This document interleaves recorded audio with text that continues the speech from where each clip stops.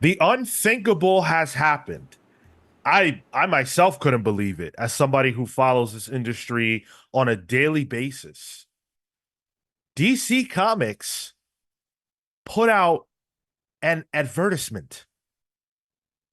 I wasn't expecting that pronunciation from you.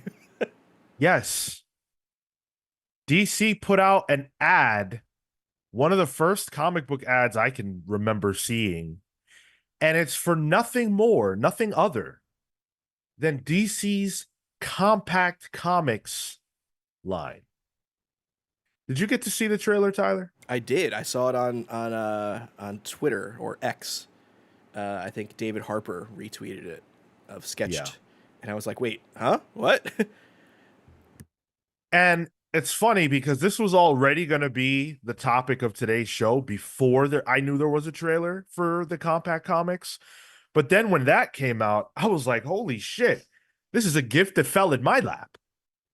You know, um, it's incredible that they put this trailer out. I encourage you guys to watch it if you have the ability to. You can just pull it up on YouTube. Not right now because you're here with us, but when you're done with us or adjacent to us, you should watch it. It's only 30 seconds long, and it feels like the kind of trailer that could air.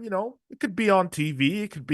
It could play ahead of a movie, certainly a DC movie, and it exists online. I think that's pretty amazing.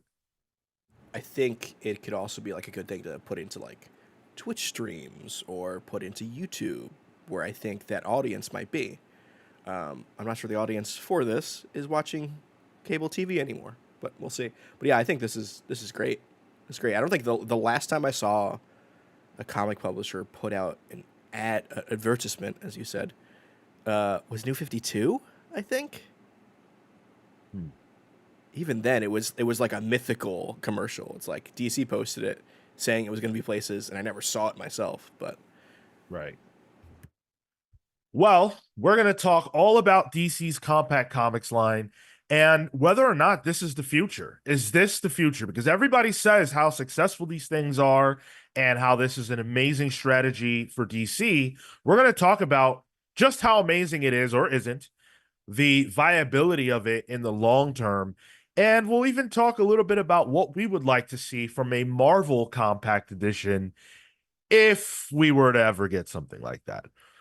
In addition to a lot of other stuff, we're going to talk Beau Demayo a little later. I'm going to gloat about Deadpool and Wolverine, and we're going to go over DC Solicits. So we've got a lot to talk about today. I am joined by Tyler, Guten Morgen. and I'm Sean. The other two wackadoos couldn't make it today, but that's all right because you've got the deadly duo. Is that what we're going with today? Was it Gruesome Twosome? Gruesome Twosome was Thursday. Dynamic Yeah, duo. Okay, sure, last Thursday. sure. Right. Yeah. Marvel 2-in-1. There we go. And while there are only two of us, there are a lot of you. So thank you for joining us. We appreciate that. Whether you are here with us live or in the future, make sure you hit that like button as we get things rolling. Super chats are open. We appreciate all of you who choose to go that route today. Here are the compact comics. I don't know if you guys have gotten your hands on one or if you have seen them in the wild, but I've got mine here in my hands. I'm holding them up. I've got Batman Hush. I've got Far Sector. I've also got All Star Superman. That's what I have. And Yeah. yeah, and I want more. I really wanted Court of Owls, but I haven't seen it yet. But this is what they look like. This is the size, as you can see. They're pretty small. I think they're definitely manga size, right? It's a Like little bigger, I think. Very a little little bit though. bigger. Little, very little. Well, yeah, they're very, very cool. My biggest concern when this was first announced was how the material would translate, like how the art would translate. And I have to say, despite the fact that the words are definitely small, Omar made a joke about the fact that, these are for people with younger eyes. Really, the art translates just fine. I'm holding open now my copy of All Star Superman. And as you guys can see, it doesn't, I think comics belong, they're supposed to be viewed the way they're created, but I don't think that this is too much lesser for being shrunken down. I thought it was fine when I was reading through my copy of All Star. Um, what I found was that the paper quality was much better than I thought too. Hmm. It, Yeah. I was expecting compact, the cheap price point of this. Oh, the paper is going to be cheap too. Hmm. It's pretty thick. It's almost like a not quite cardstock, but it's like in the middle between like normal comic book paper and like cardstock paper. It's like a sweet middle ground there. So I thought that was pretty impressive, honestly. Yeah. Yeah. I love the paper quality. And I think the verdict is out. I don't think that there's anybody who's really gotten their hands on one of these who has said, this sucks. I think objectively, from a price standpoint, you can't beat 9.99. For this amount of material, you can't beat 9.99. We're going to talk more about that in a minute. The other thing is that this is something that you can take on the go. The trailer highlights that. The trailer shows people, slipping it into their bag, their pack, taking it with them, on rides and trains and things like that. And I do think that that is a huge win and a great way to try to sell these to the masses. The reason why I don't have my compact comic in front of me is because it's in my tote bag that I carry. Because that's where it lives, you know. It's the portable version of the book that I want to read. Yeah. And, even me as a, I love to read. I'm always reading something, especially these days. I don't bring comics with me outside because I'm not embarrassed to read them outside, certainly. It's just that they're too big.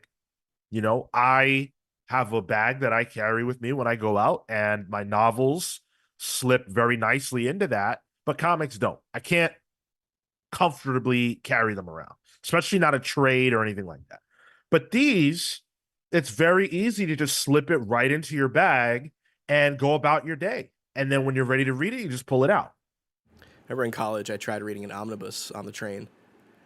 That was not comfortable at all. Yeah. I wouldn't recommend that. Yeah, it was. I probably looked like an idiot. I would have loved compact comics about 15 years ago. That would have been great. Yeah, certainly. Partworks Comics Reader, there's a name I haven't seen before. Thank you for hanging out with us. Says, not for me, mostly because I'm already covered for the material. Partly I'm avoiding shrunken text after the Tintin digest. Love that a cheap point of entry exists. I'm just not the target. And that is the other factor. And thank you for the comment. Appreciate you being here with us. That's the other factor, is that even if a person says, I don't care about this, this isn't for me, how could you say this isn't good for comics? That's the thing. I haven't heard from anybody who says this is a bad idea. Like, you can have your own personal reasons. Like here, Partwork says, I'm already good on the material. Well, so am I. I've read all these. There's not one compact they've put out so far that I haven't read the story of. But I wanted to get a feel for it, to understand how this works, to be able to make my own judgment. But B, shit, man, if I want to read Far Sector again, this is definitely the way that I want to read it. I have the individual issues, but if I want to get it collected, do I want to spend the $40 or whatever it's going to cost to get the collected version, or do I want to get the $10 version? And like when I got my All Star Superman, I wanted to find it in a shop. You know, like I could order it on Amazon, I could order it wherever, but I wanted to actually go and get it somewhere. And I was with my friend Matt, who we went to a Barnes and Noble. We found Far Sector there. He got it. He had like a $5 off coupon for Barnes and Noble because of his membership. He got all of Far Sector for $5. That's Wow, insane. that's incredible. Yeah. Thank you to MP kicking off the super chats today with the 5 spot. I think the next step with the compact line is doing series runs with numbered volumes. Get new readers reading long term and not just one and dones. Thank you, MP. So we've got Wonder Woman Earth 1 already, which we know is a volume 1 that has additional parts. Court of Owls is just Court of Owls, but they could certainly print, the next chapter of Snyder and Capullo's Batman run. I think that the possibilities are endless in that regard. I also think DC is already pretty much primed for this sort of thing. Like, think of Snyder's Batman run. You could probably name arcs in that run by the name of the arc. There's like 0 Year. There's like Endgame, right? Is one of them. So they're like, even though it's not numbered, the names of the arcs are iconic enough in some sense that you don't even really need to number them. You can just be like, no, this is Batman Endgame if you want. I'm sure maybe there'll be a little, context in like some opening matter or something for it. You could put a page in. But this is just the way DC works. DC, I think, really works well in the trade format.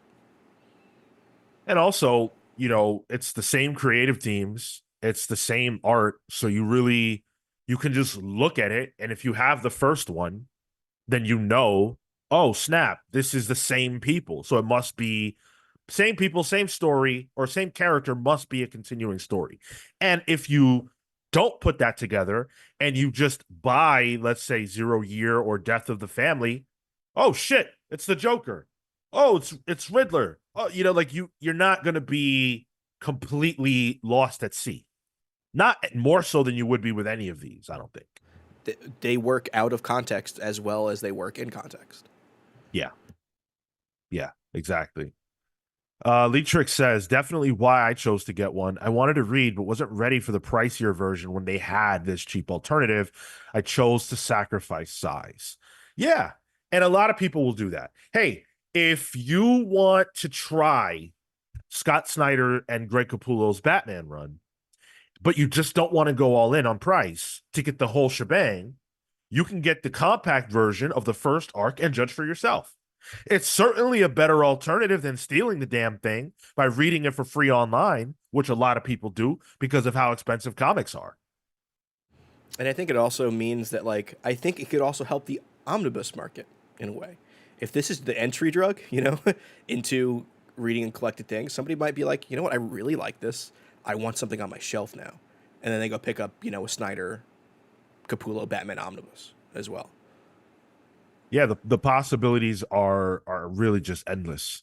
Alter, I think is how that name is said. I haven't seen your name in the chat before. Thank you for being with us. I was on the fence about Watchmen. I can finally read it with compact comics due to its low price. Love the compact comics because of that and planning to get more of them soon. So let's talk about that. Because we know it's a great gateway. Even something like Watchmen that has been reprinted 50 million times and has so many different versions, getting a compact version, and there's still somehow being people who say, I haven't read Watchmen yet. Dude, you could buy, let's say Batman Hush. When Batman Hush came out, no, let's do Far Sector. Let's do Far Sector. Far Sector's individual issues, I believe, are $3.99. But let's say they're $2.99. Let's say they're $2.99. Far Sector is 12 issues. I'm pretty sure. You could get this, which is the entire deal, for $10, or you could get 3 issues of Far Sector in full size at $2.99. That's all you would be able to afford. It's just the first 3 issues. That is a revolution in the price of comics. That is less than $1 per issue. We thought the Image first volumes were a good deal. That was $9.99 for the first volume, which is 5 to 6 issues. You're getting double that here, and a full story here as well. It's a complete story. Yeah. Each of these is, because even Court of Owls isn't the full story of Greg and Scott's run. No, but it is a full story unto itself. You don't actually need to read anything else. You could just read that. That's beautiful. That is beautiful. That comment from Alter, it's like, somebody get DC on the phone. We need some pull quotes for the next, print of Compact Comics, because that's exactly what they're looking for. Seriously. Even Stankmaw, finally time for me to read Watchmen. I remember Stank was one of the people who said they hadn't read it a couple of weeks ago. So it's like, wow, if you can figure out a way to get new people to read Watchmen, then you have done something right. That's just blowing my mind. Whoever came up with this initiative deserves a raise, I would say.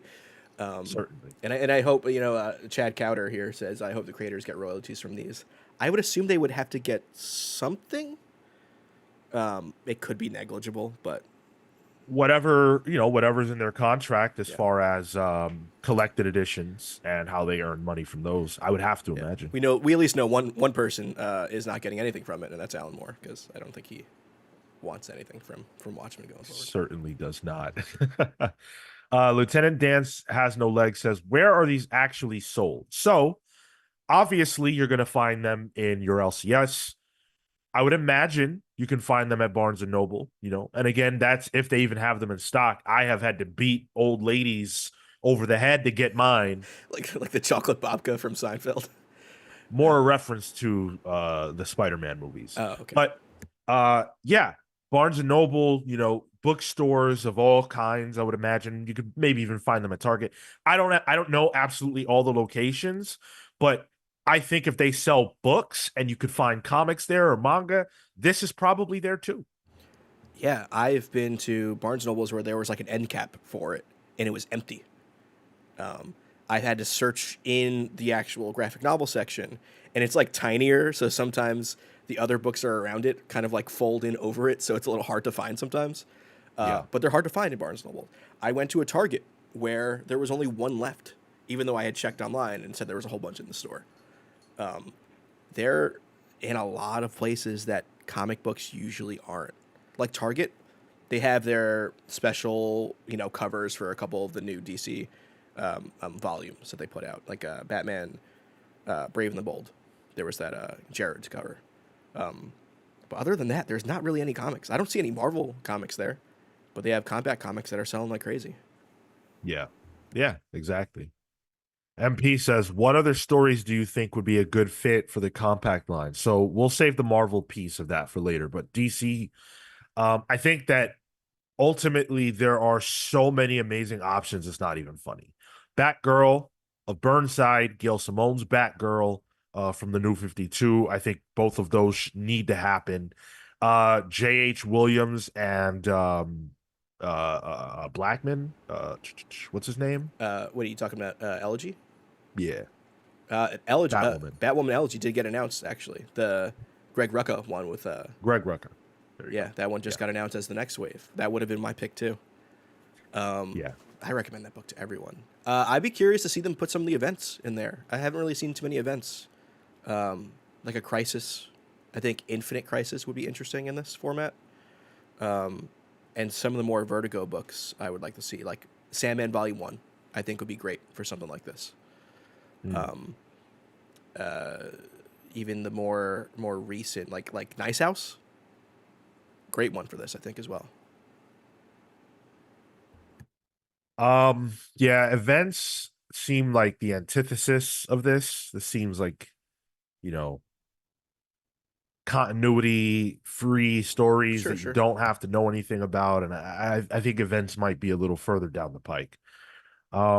Gavin, what's up, Gavin Guidry, artist behind Birds of Prey, and Superman 78.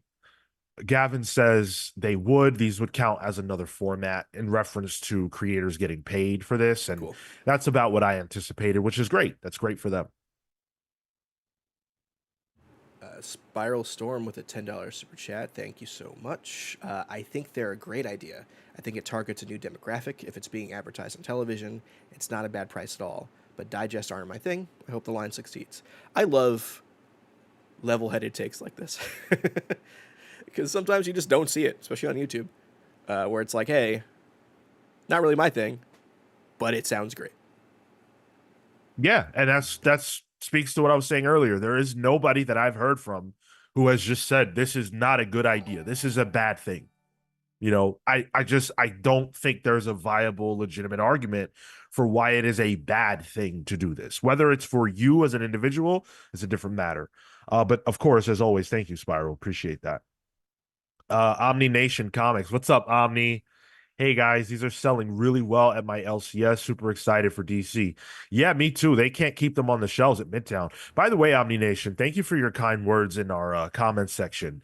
You really stood out to me with what you've said. So thank you. Appreciate that. One thing too is like even like the Amazon front, like the Darwin Cook Catwoman, I believe just came out in the most recent wave of compact series. Amazon's like, nah, you can't get it till October now. So Is it selling like crazy online too at that point? I don't know if that's out yet. I thought I saw somebody on Twitter who had a physical copy. Um, so I'm looking now, and its release date is October. okay, I could be wrong then, but I thought that was coming out. I think there was a new wave that just came out August, something. Mm. Oh, MD Woman of said, Supergirl, yeah. Woman of Tomorrow. Yes, that is a great call out. The chat saying that. Yep. The timing of this is also really good. It's right before they're about to completely rejuvenate their movies. So why not get these in people's hands beforehand? So they're a Yeah. little more used to this format. They're used to reading comics this way. Then they can start advertising them more going forward. Super smart. The trailer they made should absolutely air in front of Superman when that releases next year. I like the one couple that's camping and they're like reading Hush together. And I'm like, that's the weirdest foreplay ever. Come on. Yeah. And also, one thing that really surprised me about that trailer is for the 30 plus seconds that it lasts, they never show any kids. There are no kids, no young people whatsoever. And that was the only bungle I thought from this trailer.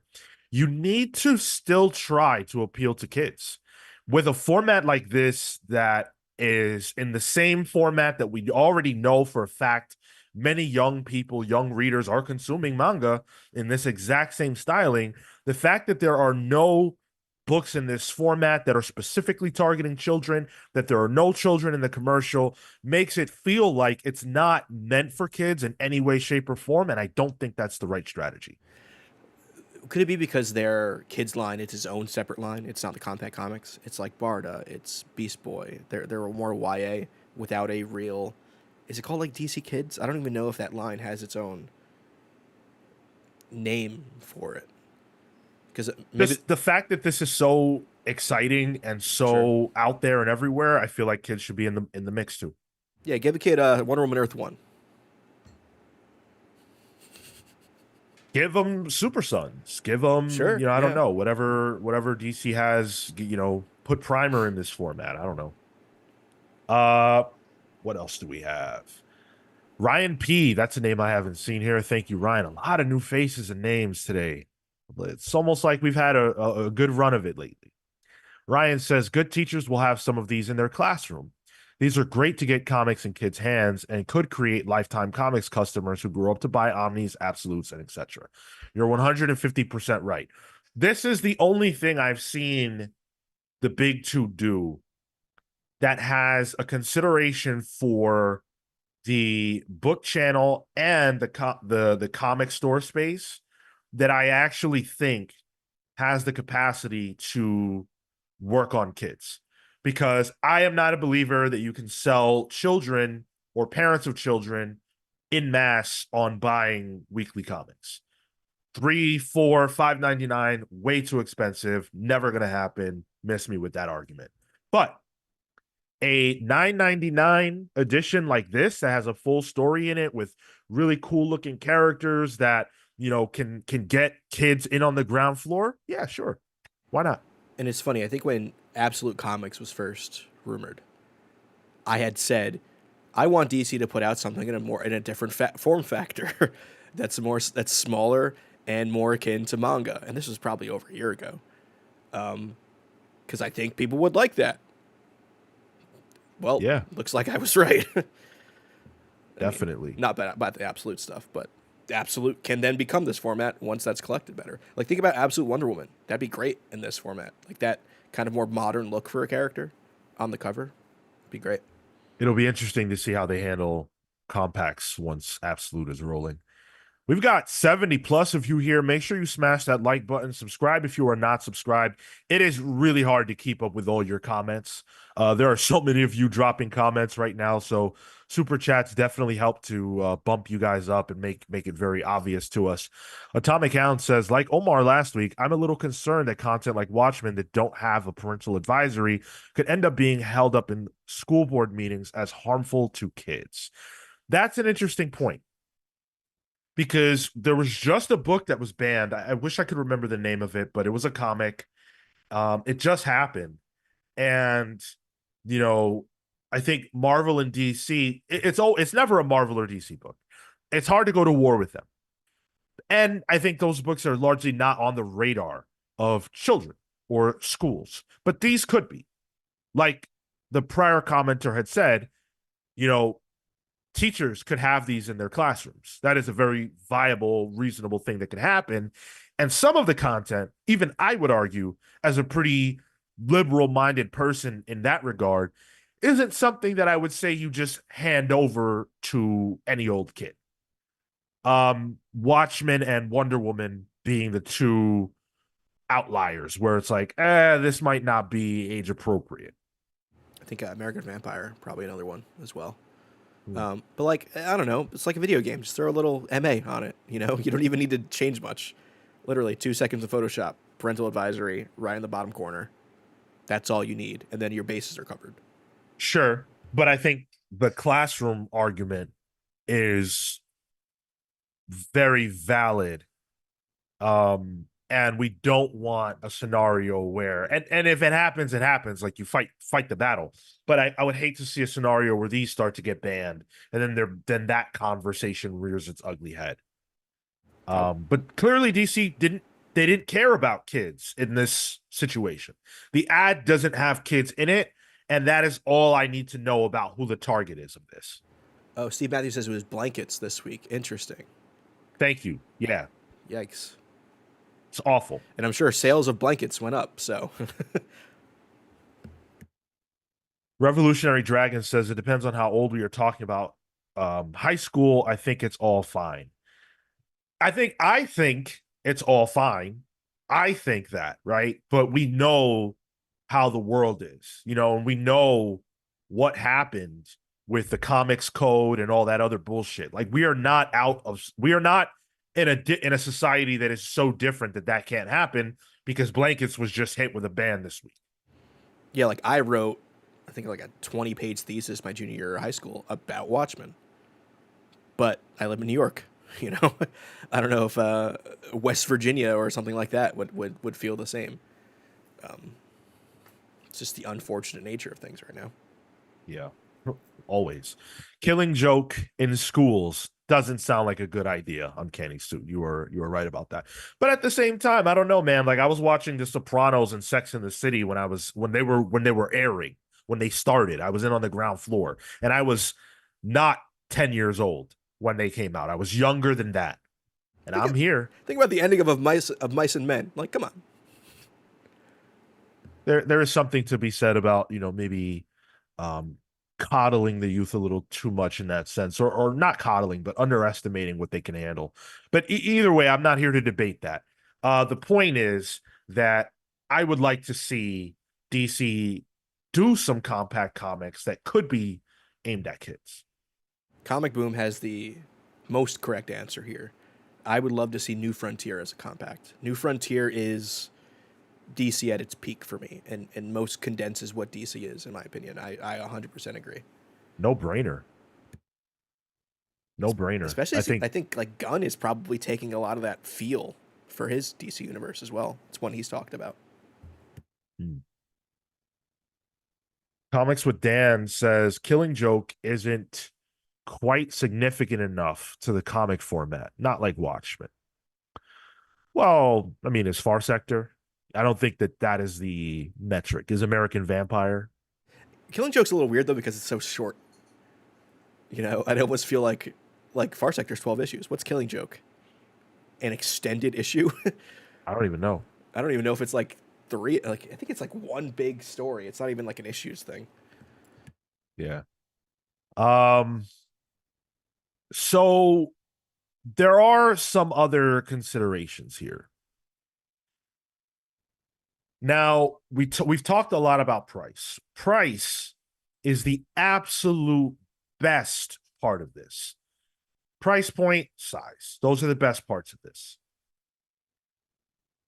Price, though, is a double-edged sword because I have gone out of my way to tell you guys the difference in price between these and just buying the individual issues. So again, Far Sector, $10 this way or $2.99 times 12. So let's do that. $2.99 times 12 is $35.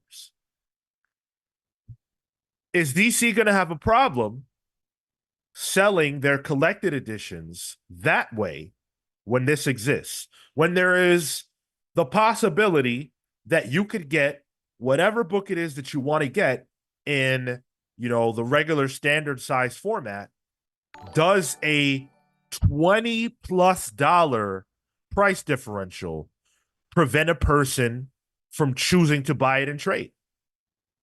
Omnis are a different beast for a different type of person. That's not even in this conversation.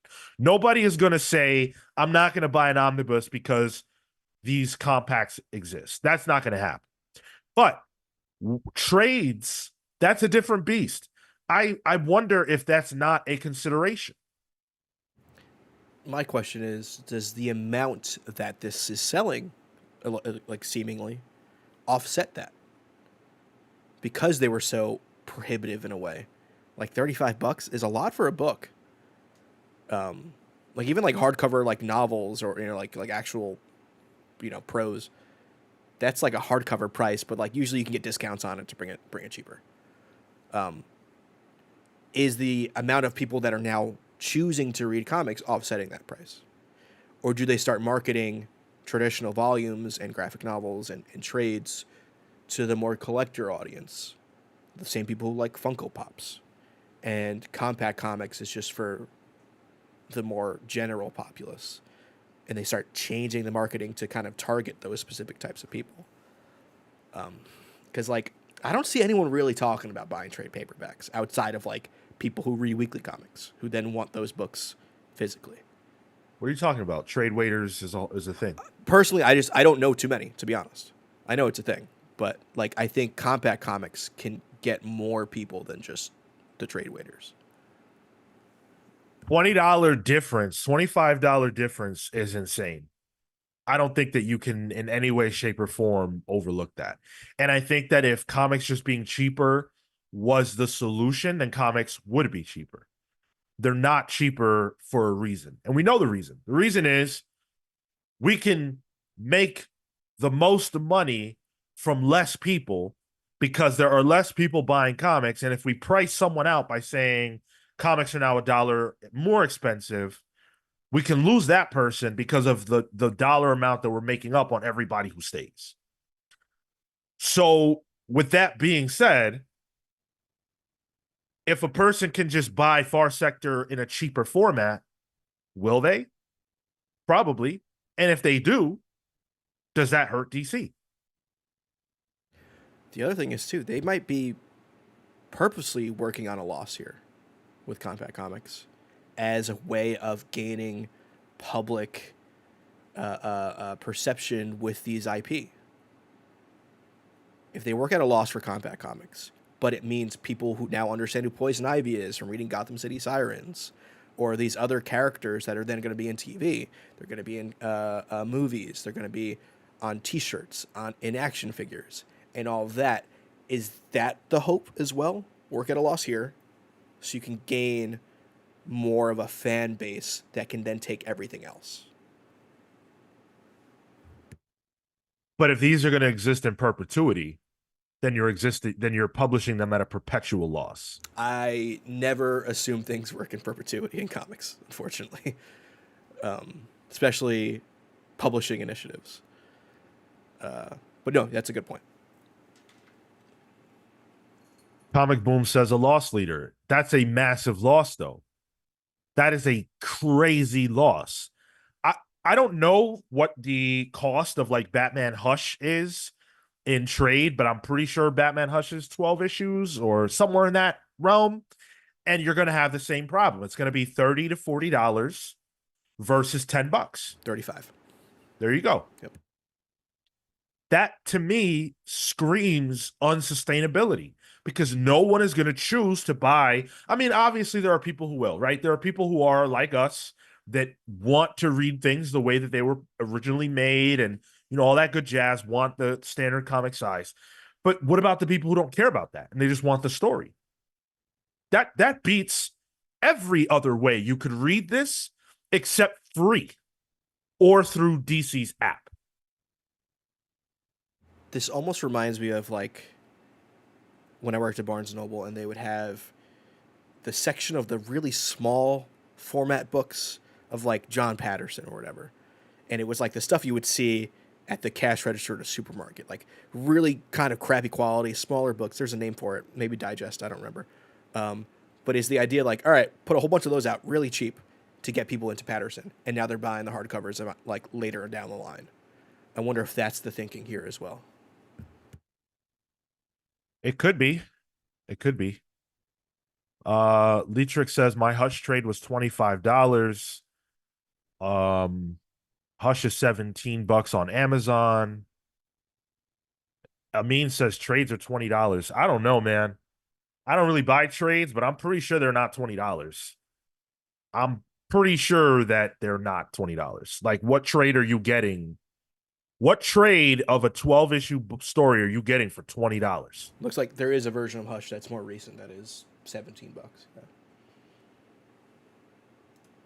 Mass Rami market. says, That's the word I'm looking for. Yeah. if you noticed, all these compact series are old stories that they've already published and profited from, so less profit makes sense.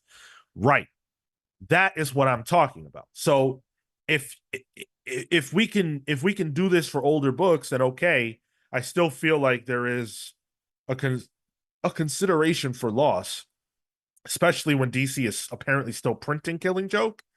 Or I'm sorry, not Killing Joke, Hush. And these other books, again, I don't see a reason to choose those over this when these are so cheap. Stank Moss says more like 40. Yeah, exactly. $35, $40. Marvel and DC both. There's no question in my mind. Especially hardcovers. Hardcovers are definitely in like the $35 range. Yeah. Spiral says, I feel like DC Finest line is going to be big sales. That would boost trade sales. I don't think every single thing is going to be a compact. I don't think that's the goal. I think it's more popular stories. Yeah, I don't see them putting out, once these are popular, like, oh, when volume 1 of a trade comes out, it also has a compact version. I don't see that happening. It's going to be the ones that have a fan base already built into it. Like you said, some people have already bought this book. They've read it. And it's a kind of it'd be a dumb idea not to print because it's so well known. Yeah. And Stank Mall makes a good point. 20 on Amazon. You can't go by Amazon and in stock trades and shit like that. They're discounting books in a way that LCS cannot do. That Barnes and Noble is not going to do unless you go in on a sale day or something like that. And that matters. 6-issue trades are $20, but 12-issue trades are not $20. And that's what I'm talking about. You're not going to get Far Sector 12 issues at $20. We've gone over the price. And will this be a thing in 5 years? And if it is, does it ever get to the point where DC is printing stories in this format, brand new stories? And B, how modern do we get? If they're not printing new stories in there, how modern do we get? What is the threshold for, okay, this is old enough, we've made all the money we feel like we're really going to make off this, to where now we make it into a compact? The most modern one is Far Sector in all of this, right? That I can see. Yeah, I think so. It's funny, the normal version of Far Sector, like in normal trade paperback, is at a 64% off discount on Amazon right now for $10.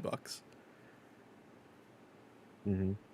So you can't really, like a comic book shop can't give you that discount on something. Exactly. I think new stories in this format I think a lot of people will say it's a really great idea. I think a lot of people will really want that. I think that is a bad idea. I think that is something that they should absolutely not do. Because the second that you do that, the second you start printing new stories in the compact format, you are telling people that they are stupid as fuck to buy singles. You are telling people that it is possible for you to print comics much, much, much cheaper than you do, but you don't. Let's think realistically. The creators of Far Sector, N.K. Jemisin and Jamal Campbell, have been paid the money that they were going to be paid for creating Far Sector, and they are still being paid the residuals off of Far Sector. Great. Fantastic. The price of the book is priced, in my mind, based on profit and paying creators. So that justifies the $2.99 or $3.99 or $4.99 or whatever. But if you're telling me that you can get the same creators paid for a new book in this format that you only charge me $10 for, then why the fuck am I paying $3 and $4.99 for single issues? Then I'm just dumb. They can never ever cross that bridge. This just made me think of like distillery books that are $9.99 for a single issue. Yeah, exactly. Exactly. My weekly pull is crazy expensive. More than 5 to 6 of these. More than that. You can buy the whole wave for the weekly cost of your comics. I literally could, Tyler. I'm not even going to get into that. But yes, sure. I absolutely could. You're working on it. You're working on it. And that is crazy. So, in my opinion, DC and Marvel never, ever, ever want to bring your attention to that. And this is getting to that place. It's the first thing I thought of. Is, whoa, I remember when I bought Far Sector in singles. Guess I was dumb. I remember when I bought it for the book club we did at like 30 something bucks. Yeah.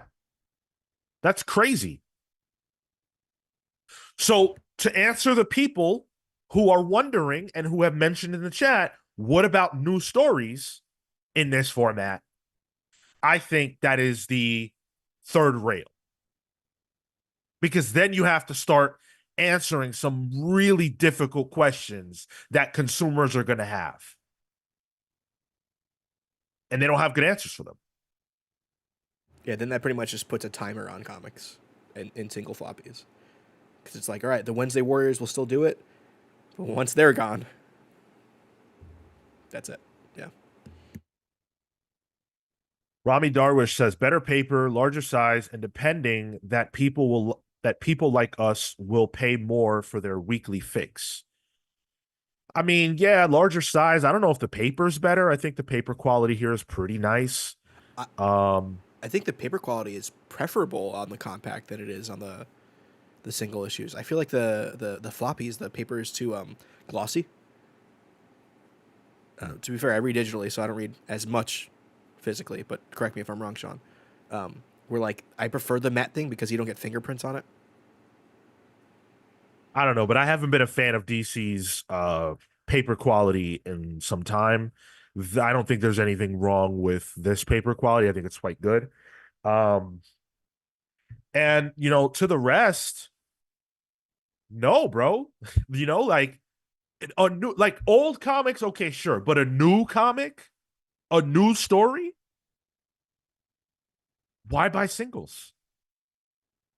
You'd have to be brain dead. That's the same reason why digital comics are the same price. If digital comics were cheaper, that's third rail. We all know that. If digital comics are cheaper than physicals, then that is going to put a lot more pressure on stores. And the big two don't want to do that. No publisher wants to do that. You don't want to cross comic shops. It's a bad idea. Jedi Ty says monthly comics are always going to be more expensive than most collected editions. You are completely right about that. It is the least cost-effective way to read comics. But there can't be a way to read comics that is so much more cost effective that it makes you dumb to go the other way. I have an example that I want to use, and it will be alienating for some of you, but just ride with me. There was a time when fans of wrestling, the WWE in particular, spent $60 for a pay per view. All right. Every month, 12 months in a year, the WWE has a pay per view. 10 years ago, those were $60 a piece. All right. At some point, the WWE launched the WWE Network. That allowed you to watch those very same pay per views that are monthly for the low fee, the subscription fee of $9.99. Okay. So $60 or $9.99. What do you think most people did? It killed the pay per view model for WWE. It annihilated it. But it made sense for them because now they were getting all of the money from, they were getting the $10, the $9.99, as opposed to splitting things with the pay-per-view markets and having to deal with all that bullshit. You could still get a pay-per-view you could still watch a pay-per-view through that same old model, but you're spending $60. You are dumb to do that, or you don't have access. It's the same thing. You will kill one market for another. There's just no way around it. Look at movie theaters. I went to see Twisters. What was it? 3 weeks later, it was available on digital? Yeah, dude. Way too soon. And we know that the movie theater business is struggling. When you provide a cheaper alternative, what existed before will go the way of the dodo. And infrastructure-wise for comics, that is death.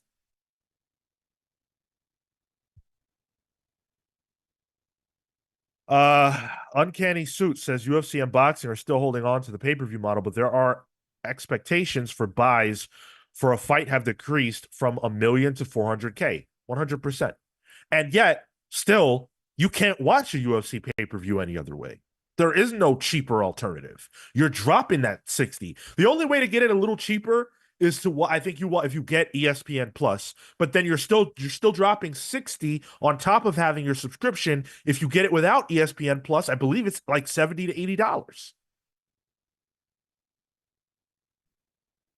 What do you think the WWE expects to make off of a pay-per-view buy when you could just be on Peacock for $9.99? Not 400,000. And they get that money from NBC too, right? That's Peacock. Yeah. So right off the bat, they're making money right off the bat too. So it's one of those things that just makes more sense. Comics with Dan says, do you think that the writing for trade trend is leading us in the no single issues direction anyway? Absolutely not. Single issues are always going to exist as long as the model of comics, i.e. the direct market, exists.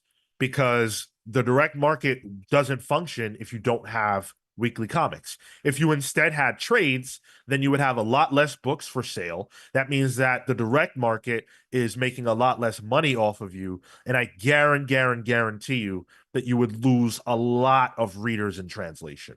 Personally, if comics don't publish single issues, I'm out. I'm doing something else. It is a non-starter for me for comics to move away from the single issue market. It'd be a lot richer though. You're right. You are definitely right about that. Rami says, if we consider that current stories for the compact size, yes, they may get such a printing, but after getting trades and omnibus absolutes and milking the cow to death. Yeah. I'm cool with that, though. I want them to make all the money that they can. I just want to make sure that it's a balancing act. Comics are on a tightrope. We need to make as much money as we can, but we need to do that without alienating any of the pillars that make this function. That's very hard. The music industry went through this, and they said, you know what? Fuck music stores. They did it. They did it. I still mourn Tower Records, honestly. And they had to do it They had to do it because people were getting music for free. Why would you buy an album when you could just get it for free? You wouldn't. You might have to sift through a couple of bad downloads that is just Bill Clinton impressions, but you get it for free. Yeah, exactly. Let's see what Gavin says. What did Gavin say?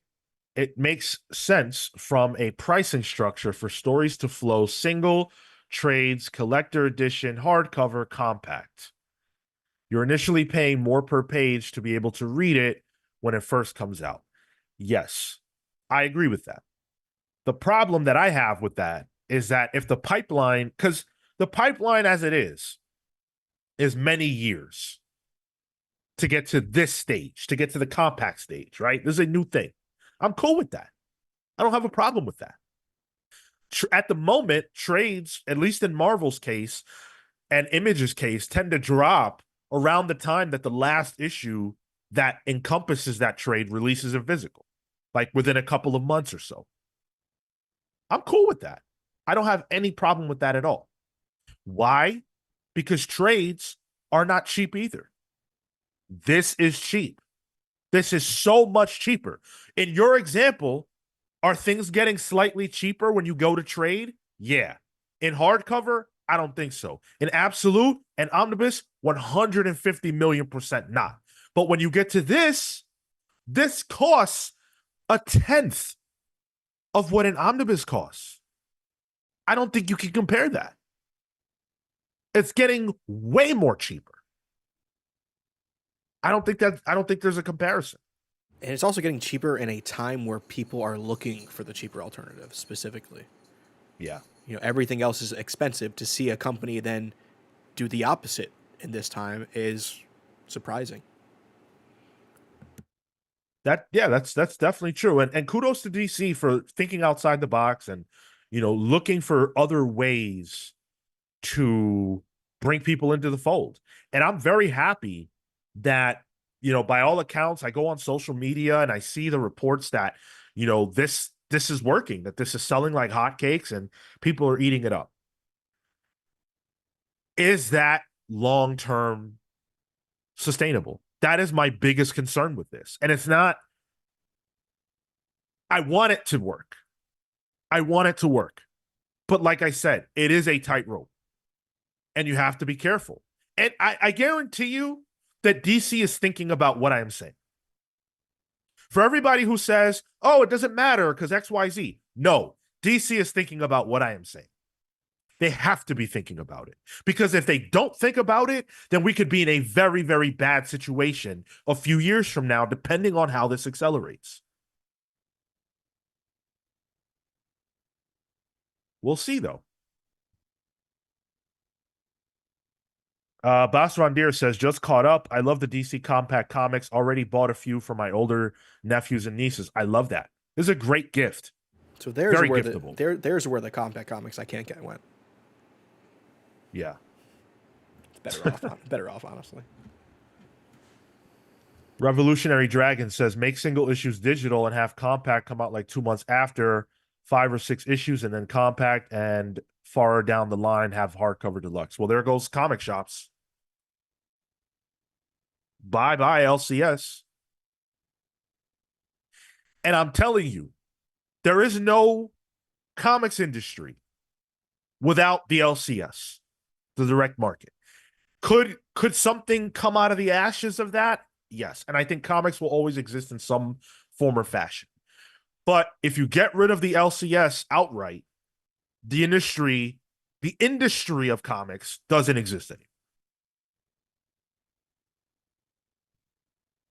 So I just don't think that is something we can do. Jedi Ty says, I think DC will be looking to see a bump in other formats for this to be a success. I hope that this, my biggest hope ultimately is that this leads to more sales of single issues and trades. It's good that they're doing 2 huge new initiatives this fall as well in terms of single issues. So I think the timing again helps rejuvenate comics in general for DC. Because I guarantee you, once we see October's sales numbers compared to everything in those charts, those DC books are going to be way up on top. Like, you're going to see books beating Spider-Man, probably Ultimate Spider-Man at that point as well. I would love that for DC's sake, and for industry health. I think a healthy DC is a healthy comic space, and we need that. We need some big swings and some big hits. DC is I don't want to say they're struggling, because I don't think they're struggling, but they're definitely, Marvel is kicking their butt. And Energon Universe is nipping at their heels, and they're beating Batman. DC needs wins. And DC has always done better than Marvel in the collected market, in the book channel. And this is going to bolster that. I have no doubt in my mind. That is a fact. Rami Darwish did the $5 super chat here, saying, I'm not a YouTube expert, but can YouTube ads be targeted to a certain demographic? If yes, why doesn't DC target kids with a new ad? So yes, YouTube ads can be targeted to a certain demographic. I think the reason why they wouldn't target kids with this ad is because there are no kids in the ad. It's the same reason, because these aren't for kids. Can you even target kids like below 18 Yes. as an age group? If you make kids content. Sure, like YouTube Kids. Okay. Yeah. Kids won't be seeing ads for Kamala Harris. You know what I'm saying? Or Blue Chew. Although I don't know if they advertise on YouTube. Boss Rondier says, I agree with you, Sean. My wallet would love it if they printed new comics in the DC comic line at this price point, but the industry is probably not ready for it. Yeah, totally. Style So Serious says, when was the last time you visited a record store? Never in my life. Why? Yeah, I've been recently. I don't even know like, I would love to know what point you're angling at, because record stores certainly exist, and they have people enjoy that. It's become sort of a niche thing that people are into, but it's certainly nothing compared to the days of old. And they have had to jump through hoops to make those appealable. I mean, shit, people are buying iPods again. Great, but is that a market? No. Record stores are niche like comic book stores right now. They're for collectors.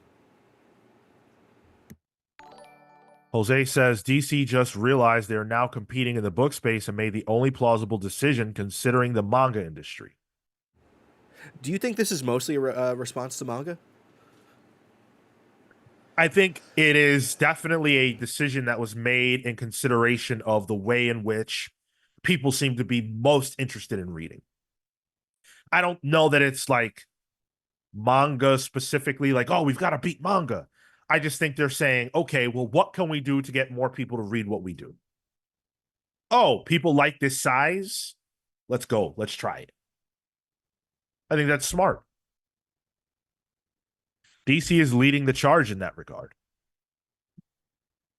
Gore Vidal says, kids don't read comics. My shop is next to an elementary school. A lawn separates the two buildings. After school, the kids get in their parents' vehicles and go home. When a rare bird visit, it's for the toys and stickers. Sure thing. I completely agree. Kids do not read comics in the way that we think about comics. Kids don't read comics in the direct market. Kids read Dogman. And that's generally going to be in like the Scholastic book channel. But kids aren't walking into comic shops looking for Dogman. Even then, like, a lot of like schools now have like kids have computers. They have iPads. They have tablets, where that's the format they're used to. Yeah, that's true too. It's not until kids have disposable income, an allowance in high school, or they have like a summer job, that they can start buying things that are collectibles. Really, for me, it was trading cards back in the day, but it could be it's manga nowadays for a lot of like high school age kids. But I agree. I don't feel like kids are reading comics. Comics are dope. Hey, what's up? Comics are dope. Everybody that can hear me should definitely subscribe to BJ's channel. We're losing pals left and right. I'll grab the hockey mask next week. Well, dude, I would have loved to have had you on this week. That would have been great. Always happy to have your voice on here. Scholastic Book Fair. Yes, Gavin, exactly. Kids read comics in that format. Kids absolutely do. We know that Dogman sells in the millions. We know that Raina Telgemeier books sell in the millions. I just literally don't think kids are in the book market or in the direct market. Yeah, that's why DC puts out Barda. That's why DC puts out Primer. Those go to Scholastic, but that's not compact comics. It's not the stuff you get at your comic book shop. Spiral Storm says, I don't think the Mighty Masterworks are really advertised that well. That's because Marvel doesn't advertise anything particularly well, unfortunately. Gavin says, I feel like kids not reading comics is a huge byproduct of comics not being in other stores as readily, like supermarkets and etc.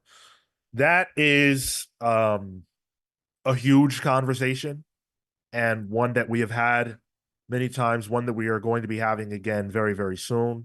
So I don't want to blow the load on that.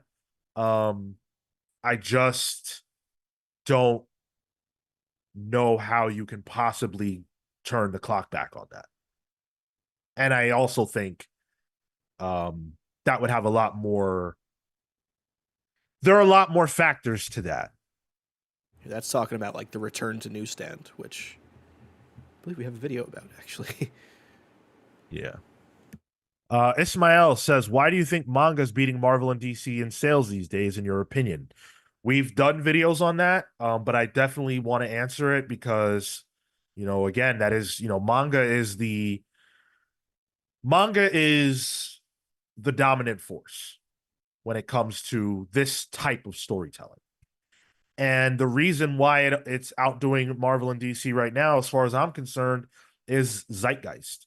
Zeitgeist, price, and anime. Those are the three reasons. Zeitgeist means it's hot right now. Price means it's affordable. And anime means you can read your volume of manga. And then in most cases, if it's a hot manga, go and watch it right after. And I would say the fourth one is clear distinction of volumes. It's easier to know how to read Naruto than it is to read how to read Spider-Man. Sure.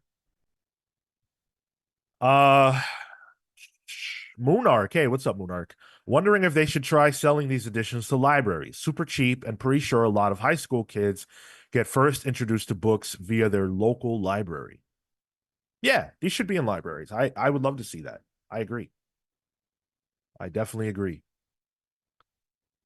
Uncanny Suit says, just put the comics on TikTok.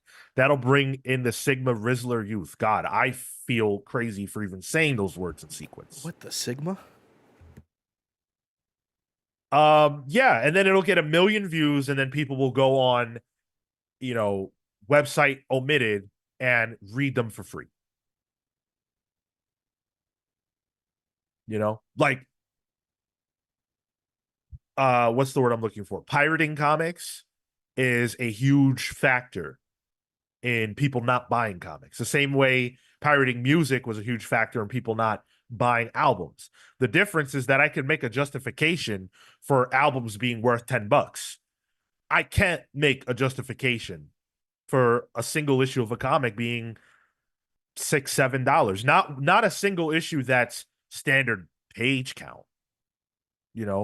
I'm tired of paying the Hickman tax. I really am. And I don't think there's a validity for a Jed McKay tax. I think that's horseshit. And they are milking every dollar and cent that they can out of comics readers. And the second that we wise up, they're going to have a problem. But I'm never going to wise up as long as I can have the experience that I want to have. But if you're gonna put it in my face this much and let new comics come out in this format, nah, I'm good. That's why there can never be a 1-to-1 manga and Marvel or DC. That cannot happen. That's just straight up death. Cole said the link between anime and manga is unbeatable. Imagine if we got an absolute DC animated series or something recent a year or two from now. 100%. That'd be crazy. That would be crazy. Like what's out right now? Suicide Squad, Isekai? on Max, which is like the Suicide Squad anime. If there was a manga that predated it by like a year, and then you can watch the version of it, that might be smart. But I think that needs to be a whole separate initiative, separate from weekly comics that we read. I don't think there's any way of really translating that into a form that targets manga Hmm. outside of just making it to target manga. I know Marvel tried it really early on in the 2000s with like Spider-Man manga. They tried it again with the Korean market, I believe, with Mawa that they did some web comics for. Um, but yeah, They do, yeah, and they do stuff like that all the time to very middling success. Both companies do, and it just doesn't translate. it seems to have some success overseas, but none of it translates to the way manga sells here. Yeah. All right, let's shift the conversation and let's talk about the Marvel side of things real quick. Because do I think Marvel is going to ape this? I think if it's a success, there's a decent chance. So if they do, what books do we think would translate into this style? I actually think Marvel would have a much, much more difficult time producing books that fit this mold than DC has. Marvel, it's so linear. Like in my mind, Marvel is runs, not arcs, not stories. Like, could I name? I could name much. I could almost name more Batman by Snyder arc names than I can Spider-Man arc names in a way. Hmm. Because it's like, oh, it's Spider-Man by Slot, sure. I could maybe name two Slot arcs like Superior and things like that, but Superior is like 30 something issues, so you can't really do that in this format. There are some though that I think work. Well, that's what we're here to talk about. I think you can easily, very easily do Spider-Man Blue. I Yep, think the color series in general are great, great choices. Jeff Loeb and Tim Sale. Um, the goats. yeah, I think you can do a lot of those very easily. Um, I think you can do stuff like the End books, like Doctor Strange, The End, Spider-Man Reign. Um, those are pretty easily adaptable. Civil War, it is an event, but I think it's one of the few events that stands alone that's pretty easily done, and it's also an insanely popular story that Marvel has produced, so I think that could be done. The ones that jump out to me are like Doctor Strange: The Oath by Brian K. Vaughan. That's probably a good one. Yeah. I think Infinity Gauntlet kind of works too. It's well known enough to be its own thing. I think you could maybe like there are things that's like Charles Soule She Hulk. I think could work, but is that more than 12 issues? I don't remember. um, I think you could do like Kraven's Last Hunt. You can do uh, maybe see like even like Spider-Man Back in Black. It requires too much context. But like Born Again, Daredevil Born Again, easy one. Yeah. That's like first wave, easy. Yeah. BCX Marvels, easy. Um, but some of them are tricky because I think of them as runs more. Yeah, and they're very, very serialized. Like we just read it, the Daredevil by Brew Baker, the first arc. Devil in Cell Block D. You could easily do that. Daredevil's in jail. Oh shit, that's crazy. You The, know, the life story books, Fantastic Four life story, Spider-Man life story, those would be great. But those would then, translate quite well. but then, like, what are you getting at then? Because those are one and dones in an alternate reality that doesn't really like it's unrecognizable if you try to jump into the comics afterwards because Yeah. like that's not the way comics work. It's tricky. Like X-Men is a tough one. I'm trying to think of X-Men stories to put in there, but like Yeah, God Loves Man Kills. You could do God Loves Man Kills. You could do Hoxpox. I don't know, man. That's kind of where I stop. Like I think of like I'm trying to think of characters and big stories. Death of Captain America, huge story, requires context of who Captain America is, and then there's so much following up of it. It's tricky. Gavin says Thor and Mighty Avenger. That's the Chris Samnee stuff. Real good. That's more of an evergreen Thor story. That would work. I think shoot, I just had one. Oh, Wolverine, Enemy of the State, Old Man Logan, those can both be done. And I think Old Man Logan would sell. That's That's a good one. first wave. That shit Yeah. would sell like crazy. People keep bringing up the mighty Marvel Masterworks, which I want to address. They are kind of this form factor.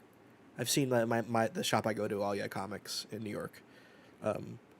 They have these there, which you're right. It is the same form factor. It is not the same price point, and they're all Silver Age stories. It's pretty much retellings of like, here's the first volume of Amazing Spider-Man, with gorgeous Michael Cho covers. But besides the point, I don't think people, unless you're a diehard comics fan, will read Silver Age and enjoy it. Hmm. It's not modern, unfortunately. It's more historical context at this point, or people who are just in love with comics as comics. Yeah, I don't even know that I've seen those ever, so I don't even know what you guys are talking about, truthfully. Izzy said Children's Crusade, Young Avengers Children's Crusade. That's a good one. Oh, that's such a good story. Yeah. Fuck yeah. Yeah, that's first wave.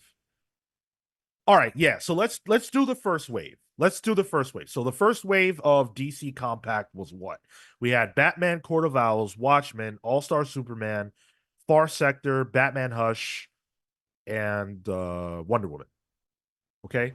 So Sure. that's what? One, two, three. That's 6 books. Okay. So let's do 6 books for Marvel.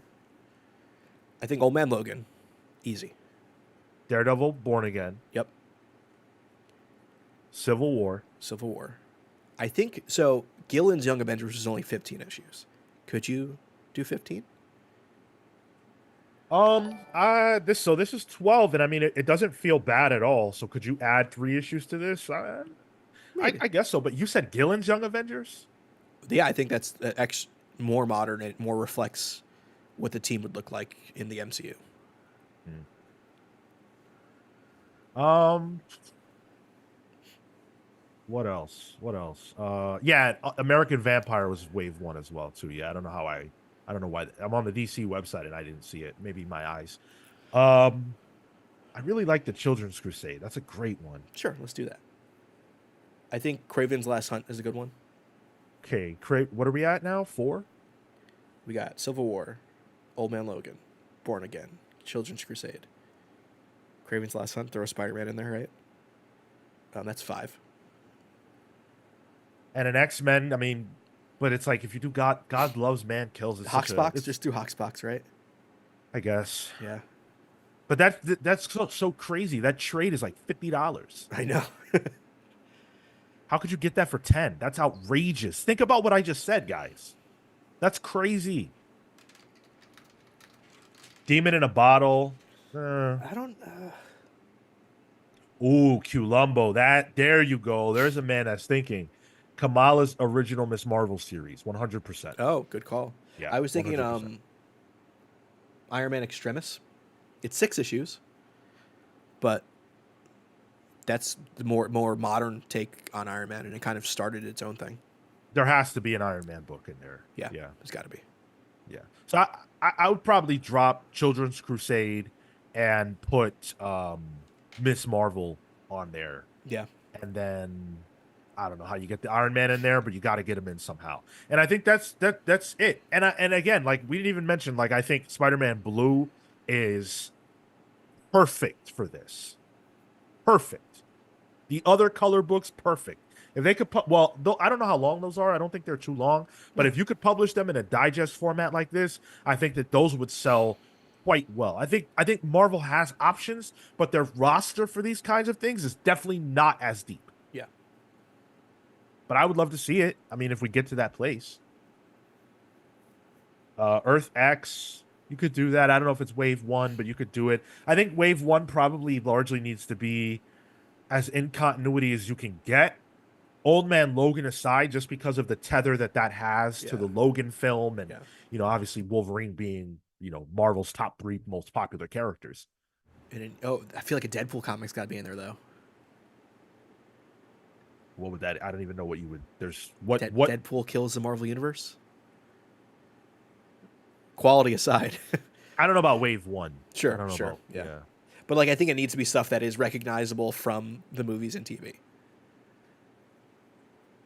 I don't know, man. DC put out American Vampire. Fair, that's fair. To be, Far Sector's not recognizable from anything. but I also, uh, vampire books in the book market sell no matter what. well, I don't know about Far Sector, but I think that I think we've nailed down a pretty good list of books that they can put out. And yeah, American Vampire's not out yet. Book one's not out yet. That comes out in the October wave. So that's not even wave one for them. But yeah, final thoughts.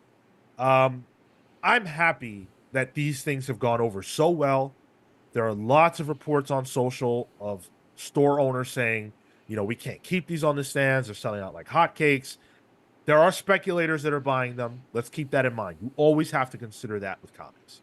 The Walmart initiative sold out due to speculators. The Target special covers for Brave and the Bold sold out due to speculators and people like me that just want some cool shit, some collector's edition shit. So how much of that is driving the sales of these? It remains to be seen. But the fact of the matter is that I believe that this will drive some amount of people to want to make the decision to read more comics. And there is nothing better than that, especially because these are still being sold in local comic book shops in the direct market, which needs a boost. So if this gets people to go to their comic shop and pick these up and tells DC that people want to read more comics, I am all in favor of that. I love that. I'm impressed with the €5 super chat. My personal choices for the Marvel, drafting of this: Old Man Logan, Civil War, Days of Future Past, Fantastic Four, First Family, Spider-Man Life Story, and Ultimates. Ultimates is a good choice. But Sean, I agree with you. I think there's only positives right now for what DC is doing with Compact Comics. As long as they keep doing it this way. Never, ever, ever publish anything new in this format. Right now, Please. yeah. Cole said Image Comics could do compact comics. They already are. They have they announced this last year. We talked about it and then it went quiet. Saga is coming in that format. I think it might only be Saga. I don't remember. But yeah, I definitely remember us talking about this. Omni Nation says, I fully believe that this is bringing in new readers, which excites me a lot. Yeah. Yeah, Sean, it's only Saga right now. Image is doing 6x9 format of Saga. Yep. Mm-hmm. And I think Saga's a solid choice, but the argument about whether or not these are acceptable for kids, I mean, my God. Jesus. Is the first line in Saga, "It feels like I'm shitting"? Something like that, Yeah. yeah. Something like that. I don't well, I'm very interested to hear how that's gonna fly down the line, but I don't know when that's coming out. So we'll see. We'll see when they get to that. Thank you guys for joining us for the show so far. We are far from done. This show is not even close to being over. Thank you for hanging out with us. Do not go anywhere. We have Beau Demayo to talk about, the darling behind X-Men 97 Season 1, who has some skeletons in his closet that Marvel is desperately trying not to let out, but Beau Demayo seems very intent on bringing out. So we're going to talk about that. We're going to talk about the success of Deadpool and Wolverine. And DC has solicited so many books this week. We got November solicits, and there are some pretty interesting titles among them. So we're going to get into all that. I have something that I want to announce. It just came through. Very excited for this. I love this. Thank you to Boss Rendier for joining the Palsverse with the $10 super chat. Really appreciate you, Boss Rendier. I remember you asking the best way to support us, and I appreciate that you did it, and I appreciate that you held it until we were live so I could celebrate you here and now. Thank you to those of you who choose to, go the extra mile for us and support what you love. You guys support us enough by choosing us every week to listen to us talk, whether it's reviews or, supporting us over here with the main show. So those of you who go the extra mile with a super chat or, becoming channel members or patrons, It's really impressive to me, and thank you so much. Speaking of which, I do want to. Comics are dope said, "Oh snap! Cool super chat special effects. They're real streamers now. Too rich for my blood." Wait till you see, man. We've got a lot of ideas. Stuff's coming. Um, Patreon.com/ the comics pals. Bassron Deer just decided to join the pals verse. He has a nickname and a shout out coming his way. He got the shout out now, but the nickname and the origin, those are coming next week. Because I can't just do it on the fly. I mean, maybe I could, but I'm sure Boss Rendier wants something thoughtful, and so I will give that next week. But if you want a nickname and a shout out on the show, if you want to support us, if you want all the perks that come with being a patron, patreon.com/ the comics pals is the place to be for all of that stuff. And I want to take this time right now to give a very special shout out to our Palsverse legends. These are the people who go above and beyond, who are supporting us at the highest possible order. We appreciate you all so much. Thunderstruck Rebecca Alejandro, the Hound of Justice Atomic Hound, Starcross Catherine Stars, the Red Spiral Spiral Storm, and Orseus the Waterbound. I also want to thank Palsverse members, the Night Stalker Harris Stajinsky, Brian Demolisher Del Pozo, and I'm going to try to get through this super quick because there's 28 of you that I'm shouting out now, and it's a lot. So let's see how fast I can do this. Here we go. All right. The Night Stalker Harris Stajinsky, Brian Demolisher Del Pozo, Kefis the Incorruptible, Momentum Mike Elliott, Dan the Truth Trudeau, Jalen the Sanguine Sorcerer, Marley Manastorm, Slow Flow Dameron, Christian Uncaged Harriet, Always Laughing, the Spear of Justice, Izzy Spears, who's in the chat, the Great Destroyer Hyper Viper 89, Adam and Bernie the Best Boy, who was in the chat, Robert Runback Cashaback, Pete the Dreamweaver Collins, Matthew Malice Price, who I saw in the chat. Glad to see you. James Just Jamming Jones, Amin Almighty Perez, who was always in the chat with us, Paul Powerhouse Smith, Andrew the Galaxian Smith, Neon Knight the Cosmic Avenger, Matthew the Shade Sadler / Cosmo, who I see in the chat, and of course BJ Kicks, who is also in the chat. Thank you all so much. You guys are fantastic. Oh, and Boss Rundier. So now there's 29 of you. You guys are amazing. I love to see the Palsverse grow. And if you are a member, then you really, really want to be a part of our Discord because there is a private chat for our patrons. And when I tell you that Izzy shared something amazing that really just shocked me and, made me emotional. Izzy is someone who has really just thrown themselves into this community and decided to make miniatures of some of the Palsverse members. So Izzy came up with designs for them. Izzy came up with, and these miniatures are just so incredible. I mean, dude, these are based on characters that I've created, and someone is creating based on my creation. I cannot put into words how that feels. I have written comic scripts before, and I've worked with artists, and it's akin to that. It's that same feeling of getting art back from a script that I wrote or concepts. And I am really, really grateful, Izzy. And I know that everybody who you did busts or miniatures for is grateful too. So thank you for putting that kind of effort into us. They're good miniatures too.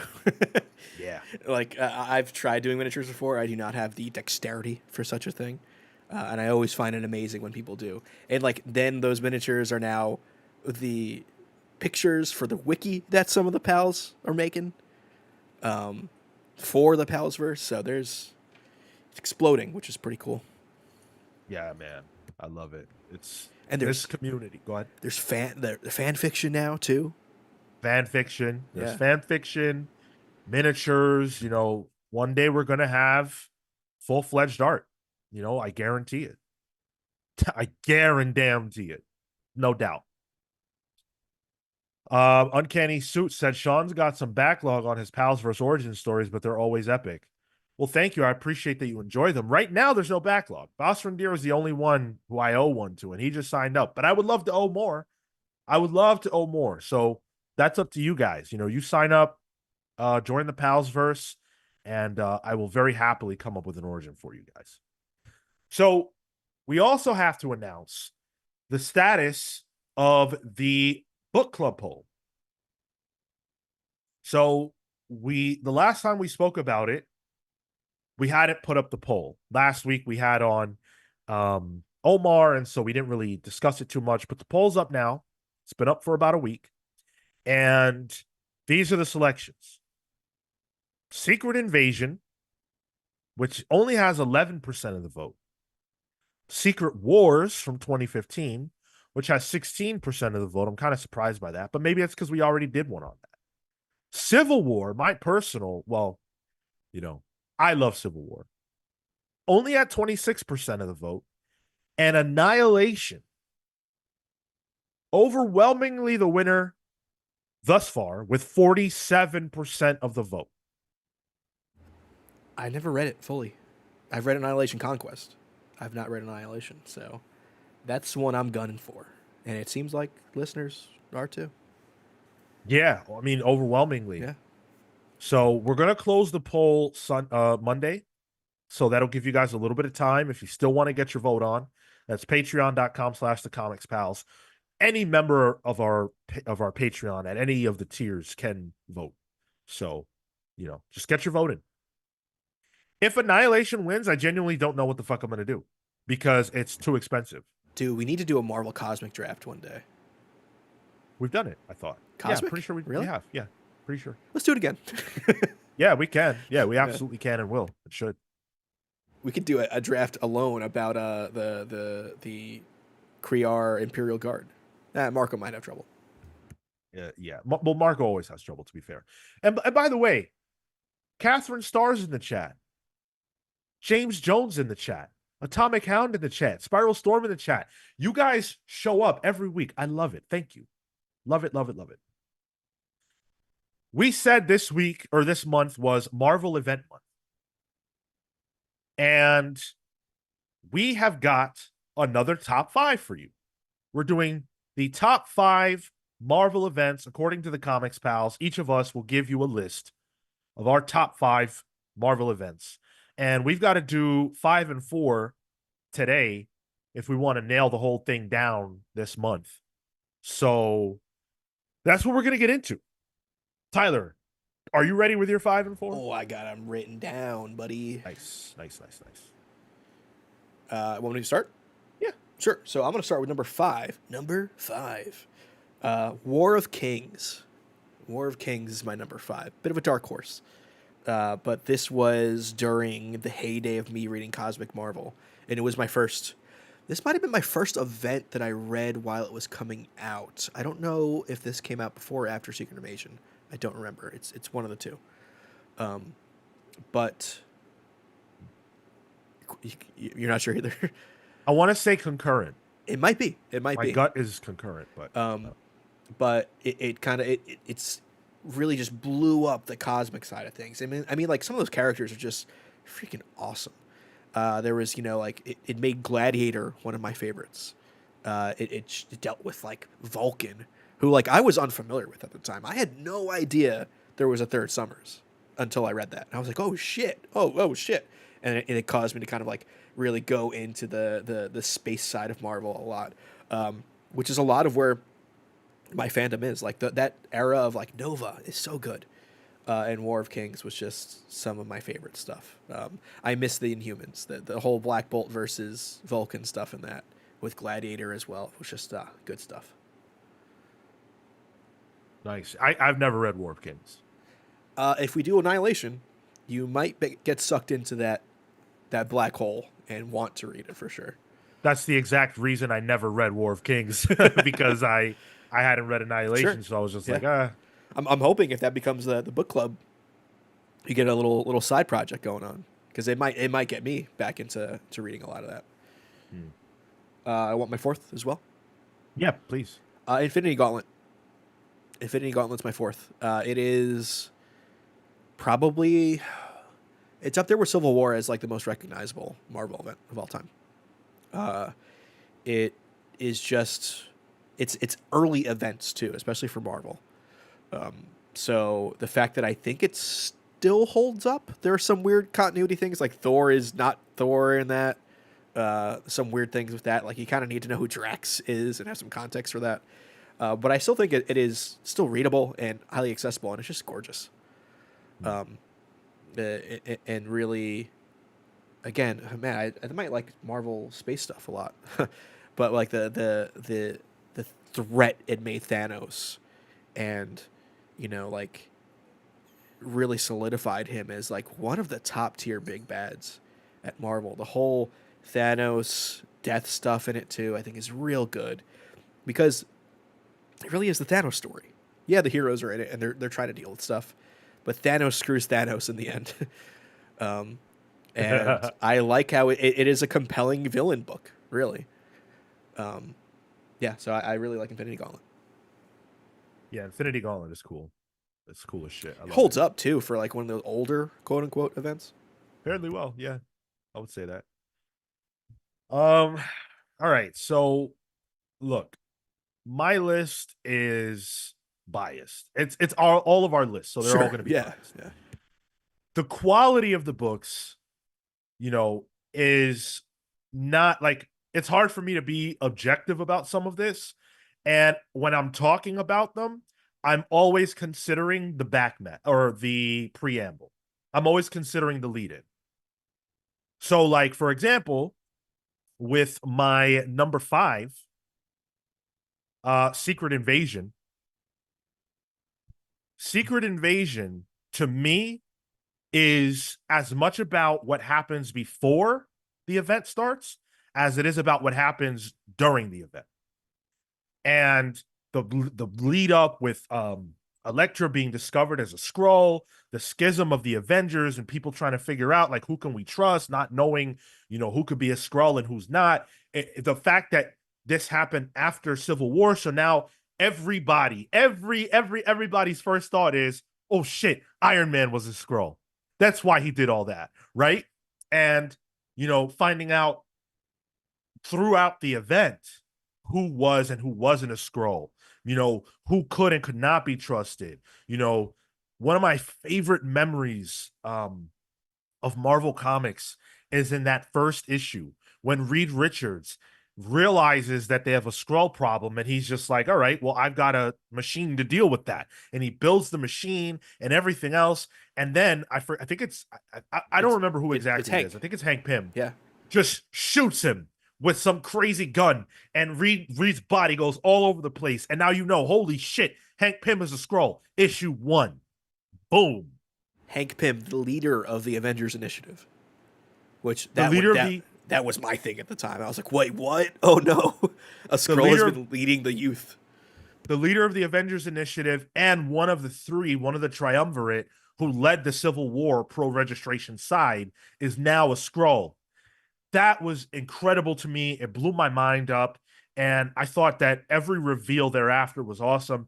I will say, it's been a while since I've read Secret Invasion, and I remember feeling like after issue 1, things went downhill and not loving it again until the end of it. But um, the totality of it is something that I remember very fondly, and that's why I put it in this position. The ending is insane, dude. Yeah. I love the ending. And if I recall, it's Lanil Yu who did the art, It is Lanil Yu. which, Yep. oh my God. Oh, you could Every always every sell me on his issue art. every issue had like a good splash page with a whole bunch of characters. Yep. Like the dude drew Howard the Duck in one of the fight scenes. Okay. That's extra points for me. Ray Mascalato, who, by the way, also signed up on our Patreon. Thank you for that, Ray. Says, has there ever been a Legion of Superheroes slash Guardians of the Galaxy company crossover, or a Legion of Superheroes Shi'ar Imperial Guard? Whoa, I doubt it. The answer is no. The closest you'll get to that Legion of Superheroes Shi'ar is maybe Teen Titans X-Men. Yeah. Um, my number 4 is another one where the lead in meant as much as the event itself, and that's Messiah Complex. It's the only X-Men based event on my list because I think the X-Men have mostly had bad events, unfortunately. But it was a crossover of several of the Marvel X-Men books that were being published at that time. One of them was New X-Men, which is one of my favorite X-Men books of all time. Yost Craig Kyle and Chris Yost, I believe. Um, Yeah. and it has Surge in it. So if you are a longtime listener, you know how much I love Surge, and she played a big role in that. This is where we got Hope from. Hope, it was the first New Mutant to be born or activated in my time as a comics reader, which is why Hope is such an important character to me. Now, I fell for the bait at that time. I thought that was Jean Grey being reborn as a baby. I did not know how much Marvel likes to fuck with fans of Jean Grey. I didn't know that yet. So I was like, oh my God, it's Jean. They're going to reveal it at the end. I can't wait. And then it was a random child, a child that had no consequence whatsoever. And the book is all about trying to get this child. It's got Sinister involved. And at that time, Gambit was on Sinister's side. And I was like, what the hell? Why is Gambit with the bad guys? I never really read X-Men before. Um, you had Cyclops, that initial scene with, I was it Mark Silvestri art? I don't remember, but it's written by Brubaker. It might be Mark Silvestri, and it's these X-Men. It's got Cyclops, Emma, Beast, Nightcrawler, Wolverine, like the heavy hitters. They show up on the scene at this hospital, and it's just incredible stuff. I love that book so much. Dude, not only have I never read it, I don't know what it's about. I don't know who did it. I have such a blank spot for what Messiah Complex is. That's right before I started reading X-Men.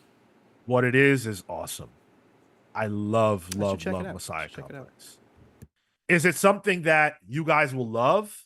I don't know. It's hard for me to judge it from a qualitative standpoint because it means so much to me. It's the first X-Men event I read. It's one of the earliest Marvel anythings I read, and I love it so much.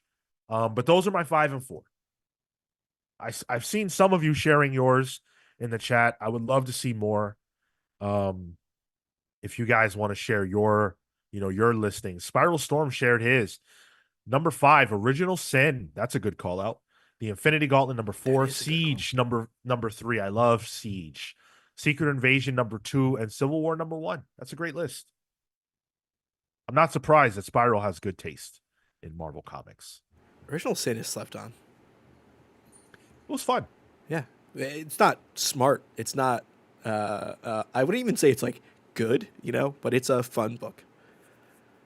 I was on the hook for Yeah. all the mysteries and twists and turns. Jason Aaron and he's doing Flash right now. You don't like him? Oh, I don't like him. Well, I love Diodato Jr. Mike Diodato Jr. We're doing great Kale impressions. Yeah, Mike Diodato Jr. is one of my favorite artists. In fact, I don't hate him at all. I just don't think he's the right fit for the Flash. That's what I meant. That creative team was my biggest selling point for Original Sin, because at that time those were two of my favorite creators. Atomic Hound says number 5 for him is Avengers Defenders War. I've never read that. Gotta be honest. I gotta get to that at some point. The thing with Marvel events though, it's like, what is a crossover and what's an event? Like there's disputing definitions on it on various wikis. I think crossovers are events. Sure. And I think most old school events are just crossovers. Amin says number 5, Annihilation Conquest. Number 4, Secret Empire. Number 3, World War Hulk. Number 2, Civil War. And number 1, Secret Wars 2015. Hard to beat. Man, Gavin said I'd have to include Fear itself just for Stuart Eminem alone. Hell Eminem yeah. is like top 3 artists for me. Hell yeah. I love Eminem. It's like Eminem, Somni, and Darwin Cook. Those are my big 3. Fear itself is one of those where I desperately need to go back because I remember being disappointed in it. I had really high hopes, and Marvel had a string of successes. Fear itself is, in my mind, the last. It's what ends the saga that started with Avengers Disassembled. Sure. It's And Heroic yeah. Age after that, right? Or Heroic Age is after Siege. after Siege. Yes, you're right. Yeah. And then Fear itself is where all of that sort of cuts off. and Marvel storytelling kind of went in a different direction. That's when we got all new, all different, and all that other good stuff.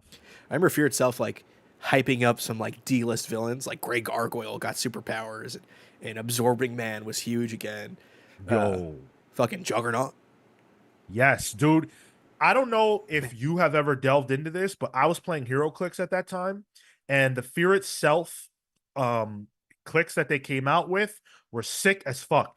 They had the Colossus one where he gets the Juggernaut armor, crazy. Oh yeah, All the different characters getting their special armors in clicks format, sick. like when they all got the Asgardian armor. Yeah, Okay, yeah. I'm glad I didn't get into HeroClix then. It's a money sink, especially now. All right, we got to move the show along. We could chat all day. We've got a lot more to talk about. So, Deadpool and Wolverine has made $1 billion. A billy. And not only did it make $1 billion, it is now the highest grossing R-rated film of all time across the world, not adjusted for inflation. So, but it's also the fastest to achieve that accomplishment. Do you know who's not surprised by that? Me. I was gonna say everyone. No. Oh, no, Tyler. No. If you went by the internet, Marvel's dead. Marvel is dead and buried. People have been eulogizing Marvel's films for years now.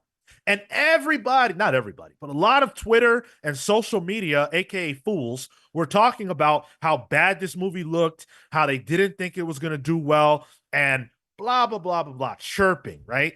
And what did I say? I said, you guys are talking all that shit. Meanwhile, the actual film industry is waiting and praying on Deadpool and Wolverine's release so that theaters could get a boost. And look what happened. $1 billion plus in the bank. So stop saying that Marvel is dead. Not to mention like Disney had that and Inside Out 2, which is I also think passed $1 billion. I think you're right. Yeah, it's the highest grossing animated movie of all time. So like, it's not quality aside. We can have a different discussion on quality. People are still seeing these movies, even if they're R-rated. Like people brought their kids to this when I went to my screening. Like are people like kids that maybe should not be at an R-rated movie, quote unquote. But it's a Marvel movie, and people are going to go out and see it. It's one of the few remaining water cooler discussions out there. And if yeah, exactly. And if Deadpool and Wolverine wasn't an enjoyable movie, I guarantee you it wouldn't have crossed $1 billion. Yeah, having Ryan Reynolds and Hugh Jackman, two bona fide box office stars in the same movie at the same time, is a big deal. Deadpool and Wolverine's first foray into the MCU proper is a big deal. But guess what? People actually like the movie. So miss me with all that talk about how bad Marvel movies are and about how shitty they look and everything else. That's all bunk. It's debunked. It's garbage. It is complete garbage. Just because the Marvels didn't do well doesn't mean that the MCU is dead. You don't judge things by every single individual iteration. That's ridiculous. That's a ridiculous way to judge the MCU movie by movie. Come on. What are we doing? People have been saying the same thing you guys are saying since before Iron Man 1. They were wrong then, they're wrong now, and they're always going to be wrong. Amin brings up a good point in the chat. The marketing for this movie was insane. It did almost have, he says, it had Avengers level of money put into just publicity. So, yeah, I mean, it's hard to dispute that. but that, I mean, They knew what they had. They had Deadpool, which has a huge fan base, easily marketable, and they had Hugh Jackman back as Wolverine. Like it's the ingredients were there for this to make a lot of money. Mm-hmm. Absolutely. I am very Mike Elliott saying preach, Sean. Exactly. I'm tired of it. I open the Discord anytime a movie comes out and I see the same people saying the same shit about Marvel movies. Well, eat crow because this one made $1 billion. Again, another Marvel movie to make $1 billion. I wasn't too hot on it, but I can't dispute the fact that it's going to make money. It doesn't matter Exactly. because Yeah. everything has a target audience. You'll never hear me say one bad word about the Twilight movies. Do you know why? Because they're not for me. People have to get over themselves in life. Some things are not for everybody. The Twilight movies did ridiculously well. Why? Because the people who that movie was made for went out, supported it, and liked it. Get over yourself.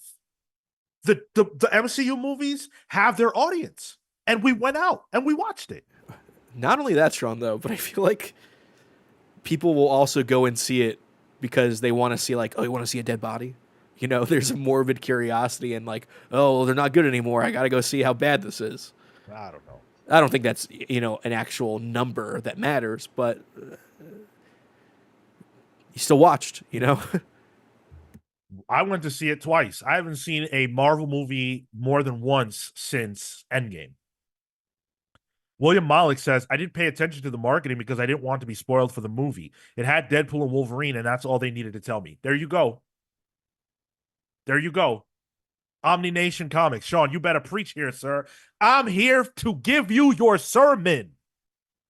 That is what I'm here to do. I'm relishing this moment. I've been looking forward to this moment. This is the conversation I've been dying to have all week long. This is what I wanted to talk about because I wanted to rub it in the faces of all of the people who have been saying the same horse shit this whole time and have been wrong. Don't bet against the best. Well, Sean, let's not talk about betting, okay? Arrowroot says exactly. Great attitude to take, Sean. Look, I'm not even trying to big myself up. I've just grown and matured to understand that some things are not for you, and that's totally fine. I know people that love the Twilight movies and books, and that's awesome for them. There's not a thing that's wrong with that. Not a thing at all. I will never judge what somebody else enjoys. If it's not for me, clearly I'm not capable of discussing it. I cannot talk to you about the merits of Twilight because it's not targeted for me. They didn't make that for me. I can't talk to you about that. I can talk to you about the MCU. And I feel like somebody for whom the MCU films are for can tell you whether or not an MCU movie is good because they're the target. Gavin Guidry says, name names. I'm not going to name names. Well, Atomic Count says, we are on blast at Amin Perez.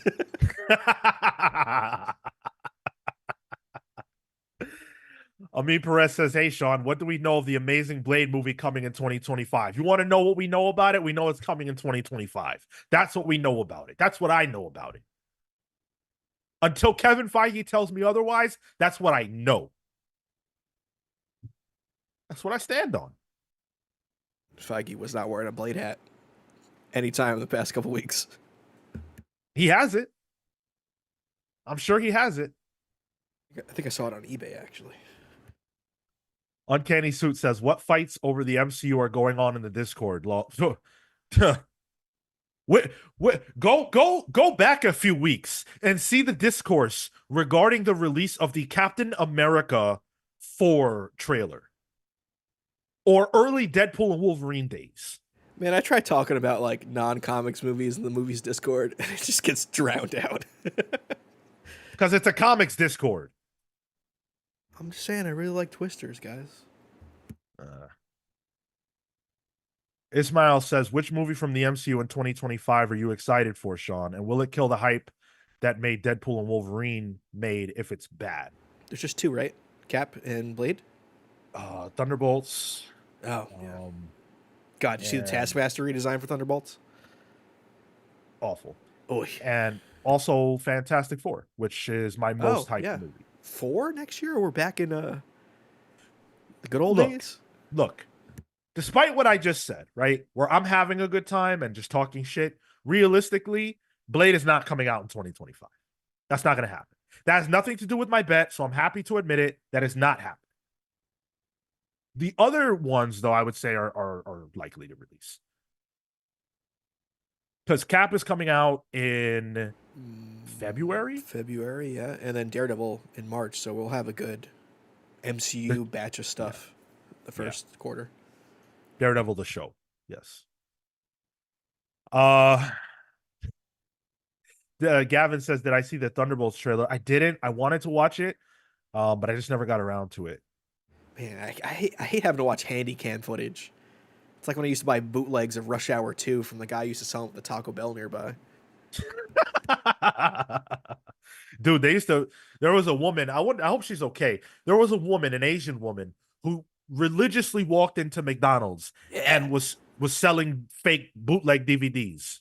I, DVD. That is what she would do. She wouldn't say any other words. She didn't know any words in English, but she knew DVD and she knew money. did She you knew cash. did you grab one of them that you remember? I remember having Scorpion King on bootleg. I don't think we didn't get Scorpion King, but and I was too young. I personally didn't buy them. But every now and then, my mom would come in with those DVDs, and I always knew where she got them from because they were very specifically wrapped. That woman there. So I hope she's okay. There was one. I think it was the like Bryant Park subway station, like the M train subway station. She would have them lined up in that tunnel. And I remember like, oh, there was like some deep cuts there, and there were like old movies too, like Point Break was there. I'm like, oh, that's I could buy that DVD normally. I don't know why you're selling it. Oh, I love it. I love it. I love it. Atomic Hound with the 9.99 super chat. Thanks, Atomic Hound. He says, speaking of bets, did Sean get Omar to cover that Omni bet with Kefis from his extra pile? That is a great idea. I wish I had thought of that. Dude, I'm calling in a favor. I'm calling in a favor. If we have an answer to this by the time New York Comic Con runs around, when I see Omar in person at that event, I'm going to pull him aside and I'm going to say, look, I got a bet with a listener. You have an excess amount of omnibus that you don't need. So can you bless me with one so that I can pass it off to this individual if I lose? Now, if I win, I expect at this point an Annihilation omnibus. MPL Murphy in the chat says another business that streaming has taken out. What business is that? Bootlegging. Oh, yeah. What? People still bootleg. The another small company, a small business. Jeez. Dude, I watched 5 minutes of Morbius on Twitter. Bro, I watch all of Madam Web on TikTok. There you go. There you go. Arrowroot says, what are the best DC compacts out so far? I'm a newbie to comics looking to buy a few. Welcome to comics, my friend. Thank you for joining us. Appreciate the question. And I hope that you're tuned in right now and you're not like listening back at the beginning so that you will actually hear this answer. So the best DC compacts, I mean, best of anything is subjective and it's always going to be taste based ultimately, right? So it's going to be based on what you prefer. But I think that between Tyler and myself, we can give you some pretty decent recommendations. So I really like Far Sector. I think Far Sector is a great story. It features a Green Lantern that is new from this comic, so you don't need any pretext whatsoever. Even if you don't know what a Green Lantern is, I think that you can read this and figure it out. Do you know what a cop is? Then you're good. Yeah, that's fantastic. That's a great point. Watchmen, obviously, people always say Watchmen is not for the uninitiated to comics. I don't fully know that I even agree with that. I think Watchmen can be read because people always get so up on the idea of, oh, it's a deconstruction. Who cares? You just read it. It's a great story. You don't need all that. It was an introduction for me, honestly. Yeah, Exactly. And then you reread it again when you have the context, and it's a new book. It hits on a different level. Yep. Watchmen is up there. All-Star Superman, I would say, would be the third. Yeah, absolutely. All-Star Superman, and then Court of Owls, too. I think Court of Owls is a phenomenal entry point to Batman. It's actually hard to say no to any of those compact books. They're specifically chosen to be just able to be picked up without any real context. Yeah. Comics Are Dope says, I had a bootleg You Got Served DVD. Dude, we all had them. We all had bootlegs. Dude, I remember I had Toy Story 2, and in the middle of the bootleg, I was so fed up with it because the camera fell down, and they had to re-put it back up. I was dizzy watching this. Gavin makes a good point. The idea of comics and superheroes is so prevalent within society that I think Watchmen is much more accessible than it was upon release. I think that's valid to the wider audience for sure. When I read Watchmen, that was what, 2009, when the movie came out, and like, I get the deconstruction aspects. I got them then, but I think they've hit me more as time has gone on, and I don't think you need to absolutely understand those things to read the book. Like, for example, Ozymandias, right? The moment there, we actually have some readers here, some listeners who haven't read it. I do not want to spoil it. The twist at the end, where he has done something in such a way that most villains would have done it differently. If you catch my drift, where he says, "Oh, I already did that." That moment works great if you have the context of, wow, villains mostly lose in that situation right there. And that's not how he loses. That is a subversion. But if you don't know it's a subversion, it's an excellent moment. And that's why Watchmen is so good. It also, like, I think it's Ray Mescalado says it's just a murder mystery at its core. So you can read it as just that. Yeah, for sure. No, Mike. Michael Nadeau says, please don't spoil it. Definitely not. I very much respect that you guys are new and haven't had the chance to read that. And that's one you should go into with no spoilers at all.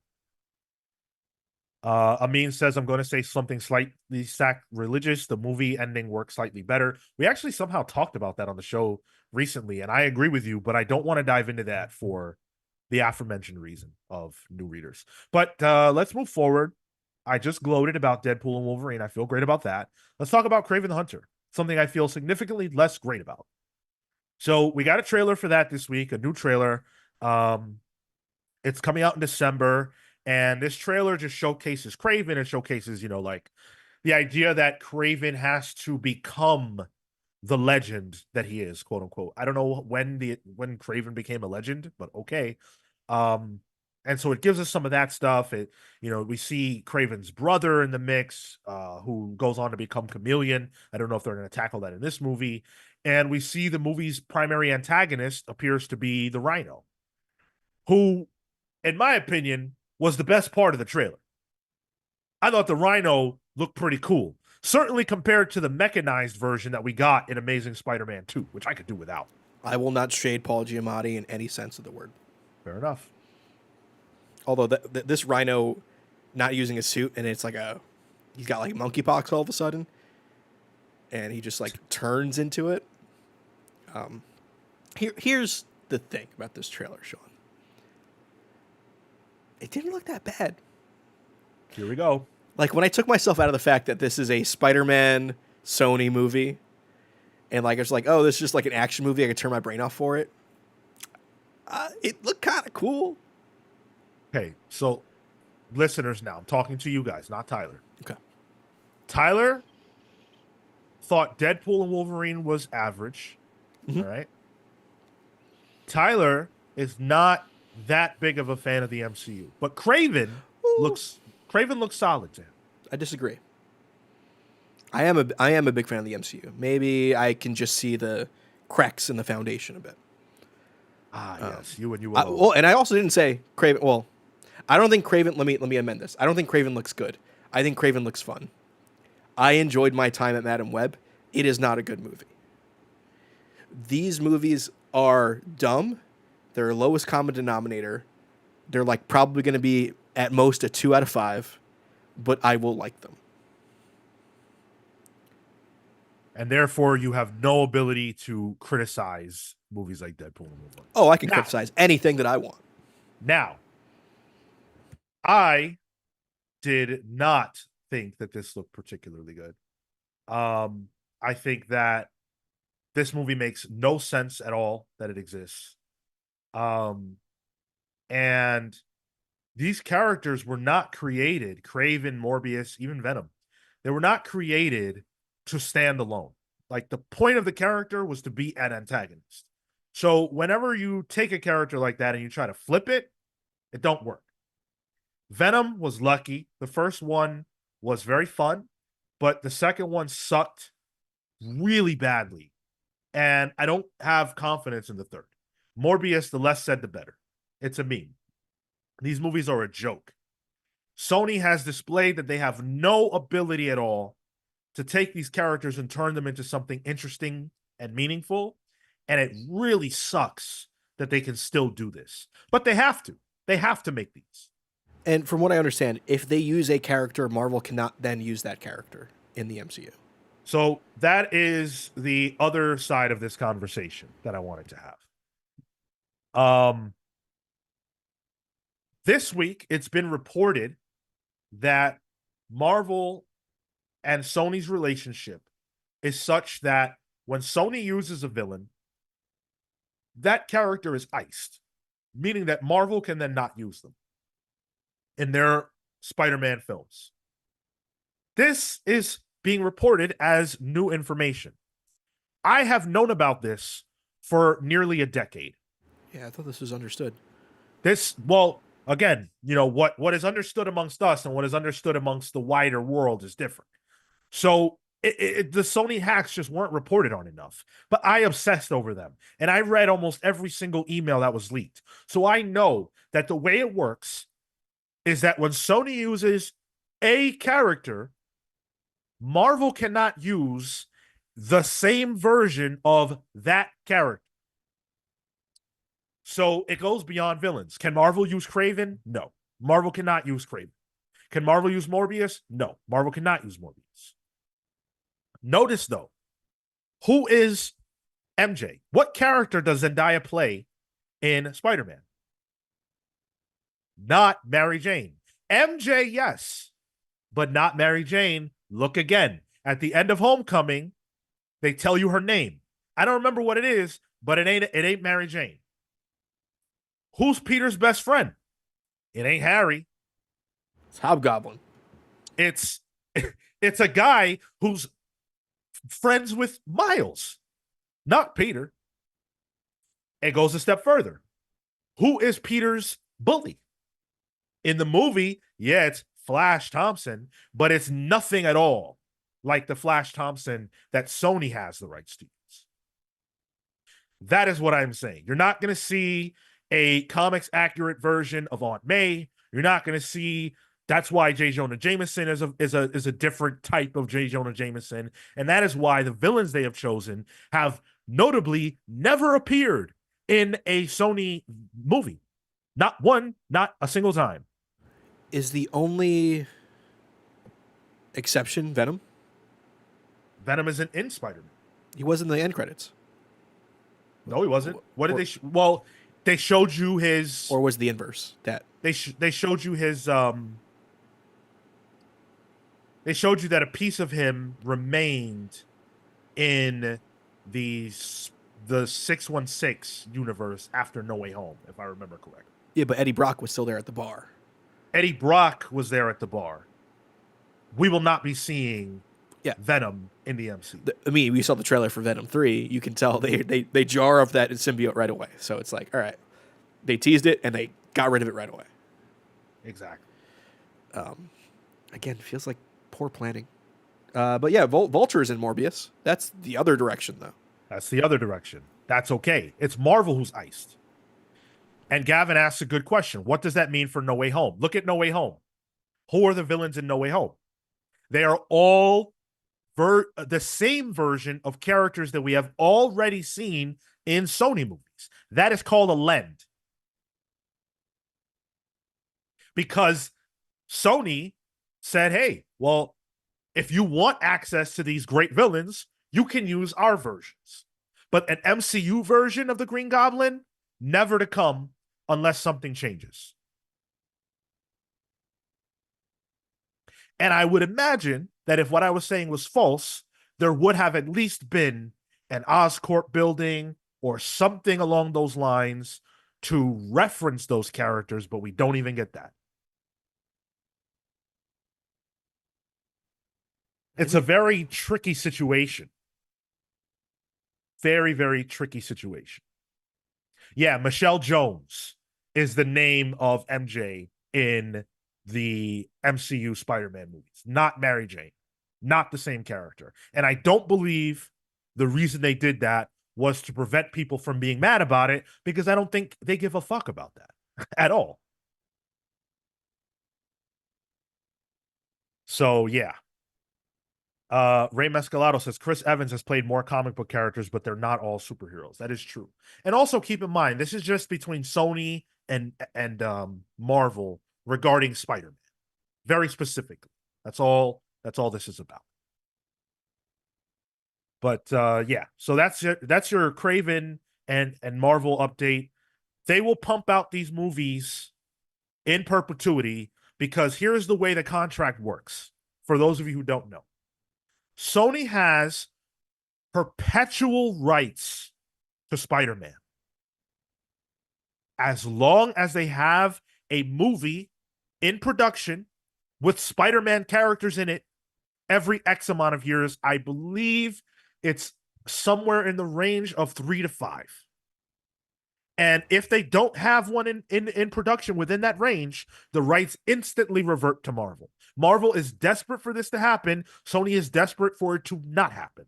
That is the reason, and the primary reason, why Sam Raimi's Spider-Man 4 was never made.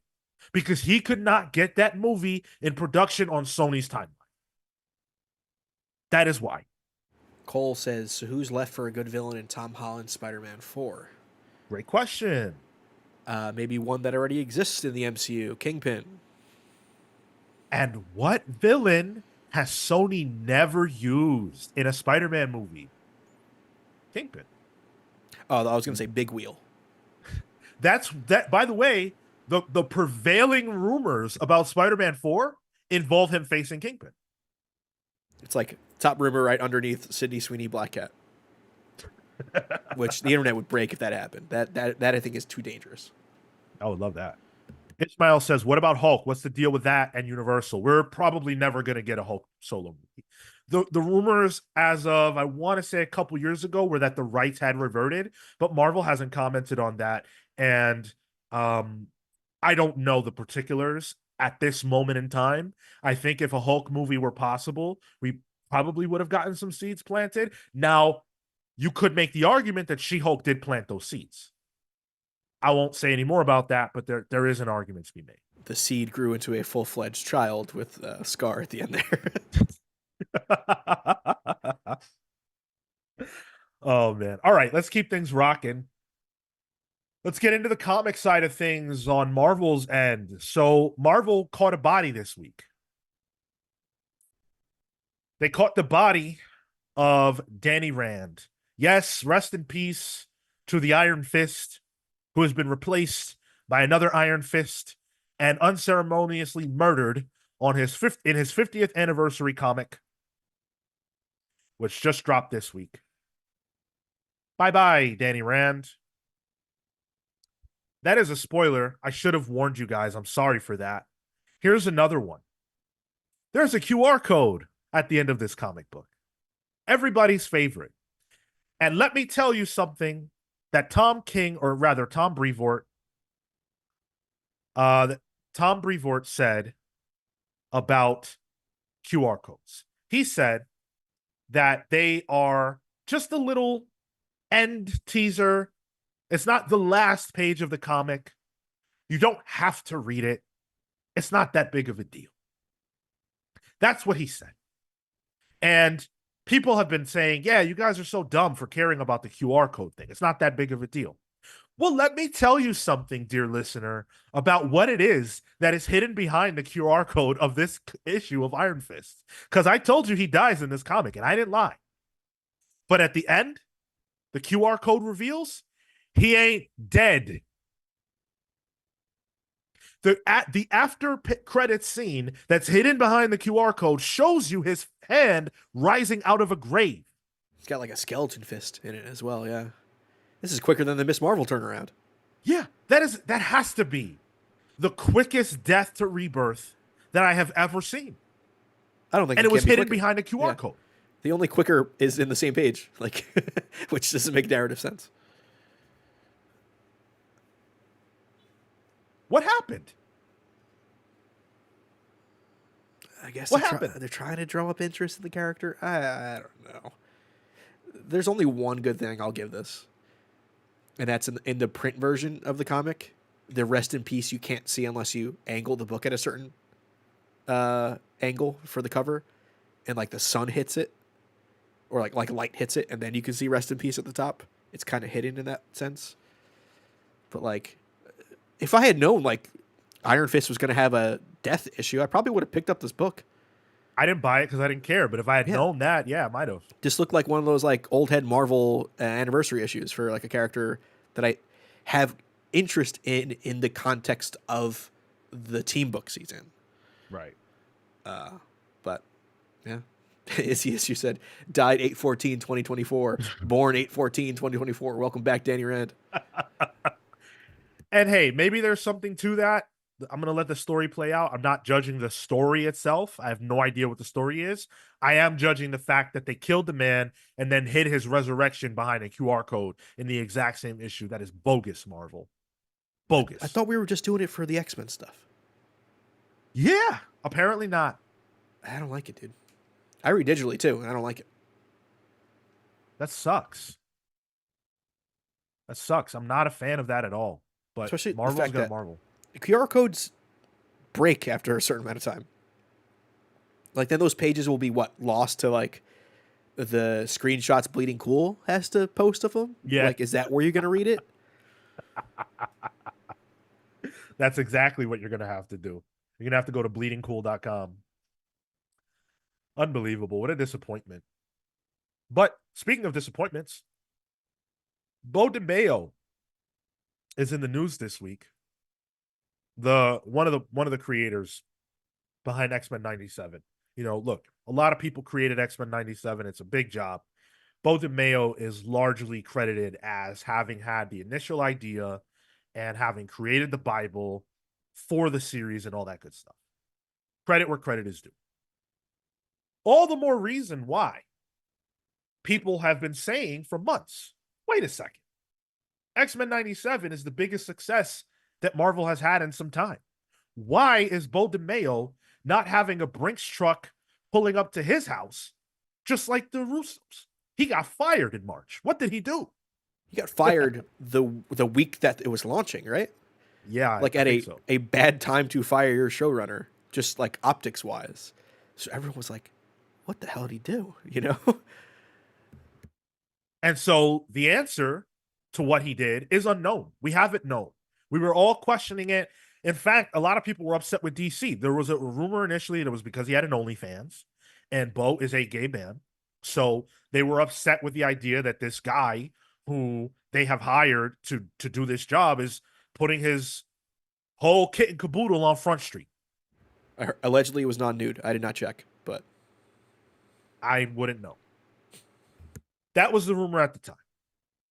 Adjacent to that, there was a rumor that a lot less people wanted to hear, which was that he had done some shady things behind the scenes. There was some sexual misconduct, and that didn't go too far. This week, Beau Demayo has been chatting on social about what went on with Marvel and having been fired. He claims that he lost his credit on season 2 of X-Men 97 when he shared gay pride themed fan art of him as Cyclops back in June. And that Marvel wrote him and told him that he was losing his credit.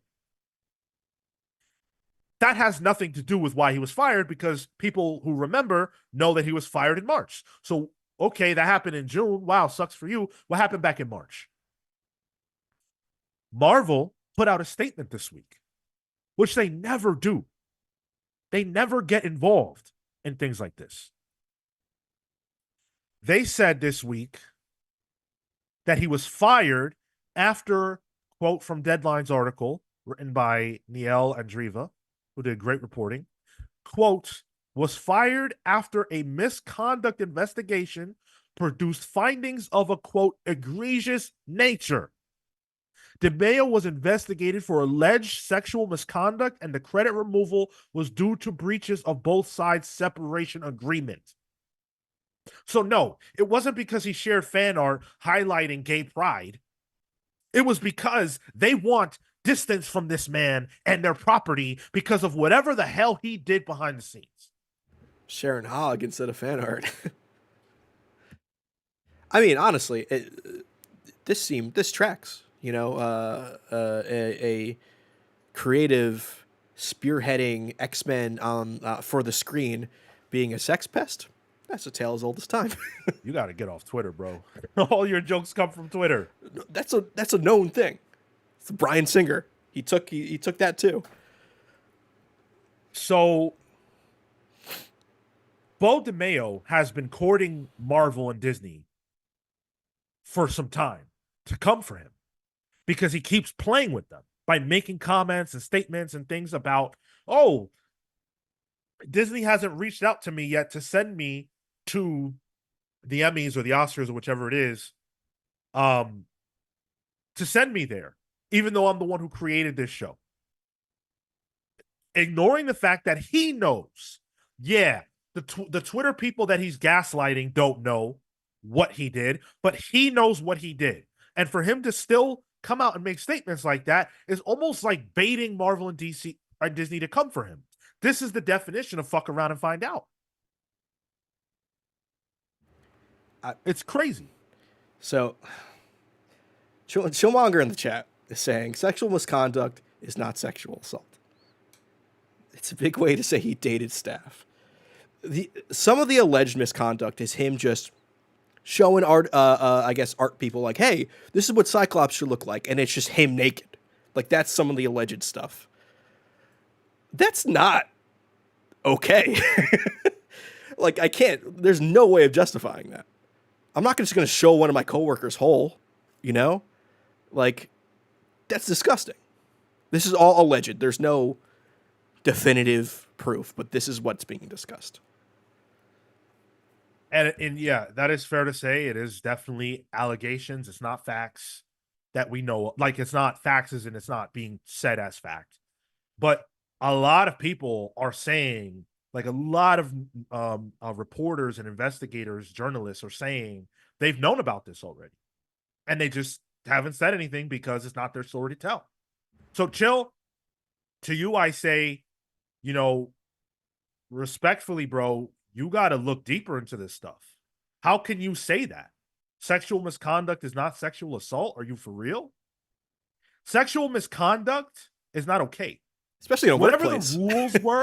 Whatever the rules were that what he wasn't allowed to do, he broke the rules. It's not like he was arrested for it. He just got fired. Like you just don't do that in your workplace. Yeah. This isn't about law. This yeah. is about the law of Disney and what you're allowed to do and not allowed to do.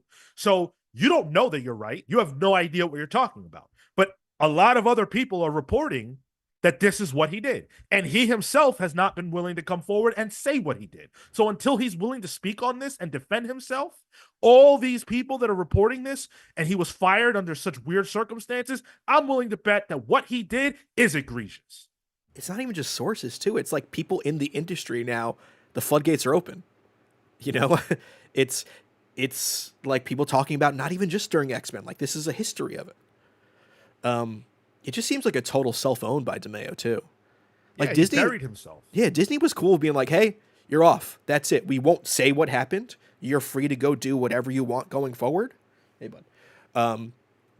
But we're just gonna call it at that. He's like, "Nah, I'm gonna fight it." And now all this stuff is out, and now he's probably blacklisted from the industry after this.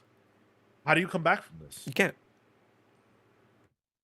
And then his lawyer has come forward to defend him and is, saying that Disney has a history of, gaslighting people and lying in the public and all this kind of stuff.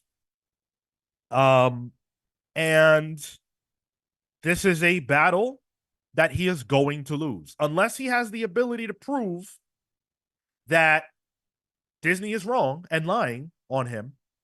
He's going to lose. I mean, even if you were right, going up against the mouse, That's a tough battle. The thing is, X-Men 97 was such a hit that everybody, and like, people aren't jumping up to defend Disney. People don't give a shit about Disney, especially in 2024. So if Beau Demayo did nothing wrong and was fired for, bullshit causes, he would have the entire world behind his back. Notice he hasn't spoken on what he did. If Disney can, this is gonna sound maybe a little wrong, try to like say, hey, we have this gay black man working on X-Men, like they're gonna like that's gonna be a piece in one of the trades about this successful kind of turn for the mutants. That's great for Disney optically. I know that sounds so politically gross, but that's just the nature of things. They would have done it. They wouldn't have fired him during the press leading up to X-Men 97. Yeah, why would they want to do that? That was the worst timing imaginable, Yep. and they still chose to do that. You think they did that for nothing? You think they did that because he was dating somebody who works there? Come on, like, be real, please. Yeah, who's he dating? Minnie Mouse? Like, there's nothing that could have been like it's. Yeah, that's bogus. I mean, That's if you want to completely support him, bogus. there's a website you can go to support him. So, feel free. Gavin said, in terms of who has a reason to lie or obfuscate to save face, it definitely feels like that's Beau in this instance. Comics are dope follows up with the allegations laid out are clearly harassment, whether someone was assaulted or not. Yeah, what world do we live in where the only way you deserve to have consequences for misconduct is if you literally assault someone? Is that the standard? I don't think it's the standard. I don't think that people should have to go to work and be shown nude pictures of any human if they don't want to see that, or hear anything sexual if they don't want to hear it. That way of the world is why we got Me Too, because of letting shit like that slide. People have to be held to a higher standard, especially someone like Beau, who, by all accounts, was the showrunner as well and had such a prominent position on that staff. If he was doing anything untoward, he deserved to be fired. You shouldn't say more than hi and bye and friendly chatter to people you work with if you're the showrunner. There's a responsibility that's larger than getting your dick wet. It's also a power dynamic as well. Of course. If you're the showrunner and you're showing whole to lowly, background artist. Yeah. What do you do as that guy? You're in a horrible position. Chill said, right, if he did it. Yeah, bro, but you just said sexual misconduct is not sexual assault. So that statement right there is saying, oh, well, if you didn't rape someone, it's okay. Like, get a grip. That's crazy. Cosmo said, did y'all hear that he allegedly was cut from The Witcher for similar things that weren't aired out publicly? Correct me if I'm wrong. Yes. That was where the initial rumors came from of him being disrespectful of people who had sexual orientations that were different from him. Notably, he came out against people who were bisexual and said that that was not a real thing. That is enough to get fired. He's doing the bi erasure too. Who in the world would say that at a job? Let's say you think that. I don't think that, but let's say you do. Why the hell would you go to work and just casually throw out, yeah, by the way, bisexual people aren't real people? Are you brain dead? He had the best thing going he could possibly have, and he screwed it up. What is with these people who can't just fucking go to work? Why can't you just go to work and work at work? Leave people alone, man. This world is crazy. Leave people alone. Sorry. It just frustrates me to no end that people still do shit like this. X-Men 97 was a beautiful thing, and we could have just been talking about how great it was, and that could be the narrative. But now it has to be attached forevermore to this guy who did this shit. That's no different than Neil Gaiman. It's no different than, any of these other people, man. Oh boy. Sorry. All right, let's move on from Beau. Well, I'm sure the truth will eventually come out, but as far as I'm concerned, he can kick rocks unless he defends himself adequately in this case. And his career and life is on the line. So if he really has nothing to hide, then go for it. And also, you don't really see anyone speaking on behalf of him in the industry either. Yeah, exactly. No one has come out in his defense. No one at all. What does that tell you? Yeah, chill, but I know what you meant. And your statement spoke loud and clear. So, you know, can't fool me. Let's talk about DC Solicits. DC put out their solicits, and there's some exciting announcements that I'm pretty interested in. So I cherry picked a few that I thought we could chew on. And Tyler, if there was some that I missed that you were interested in that you saw, feel free to. No, you picked out the ones I was interested in too. Yeah. Cool. All right. So let's start with Batman. So in November, Batman is going to be going um bi-month or bi-weekly. So there will be Batman twice every month. And Chip Zdarsky, still the writer, is going to be teaming up with heavy hitters to tell this story on the art side of things.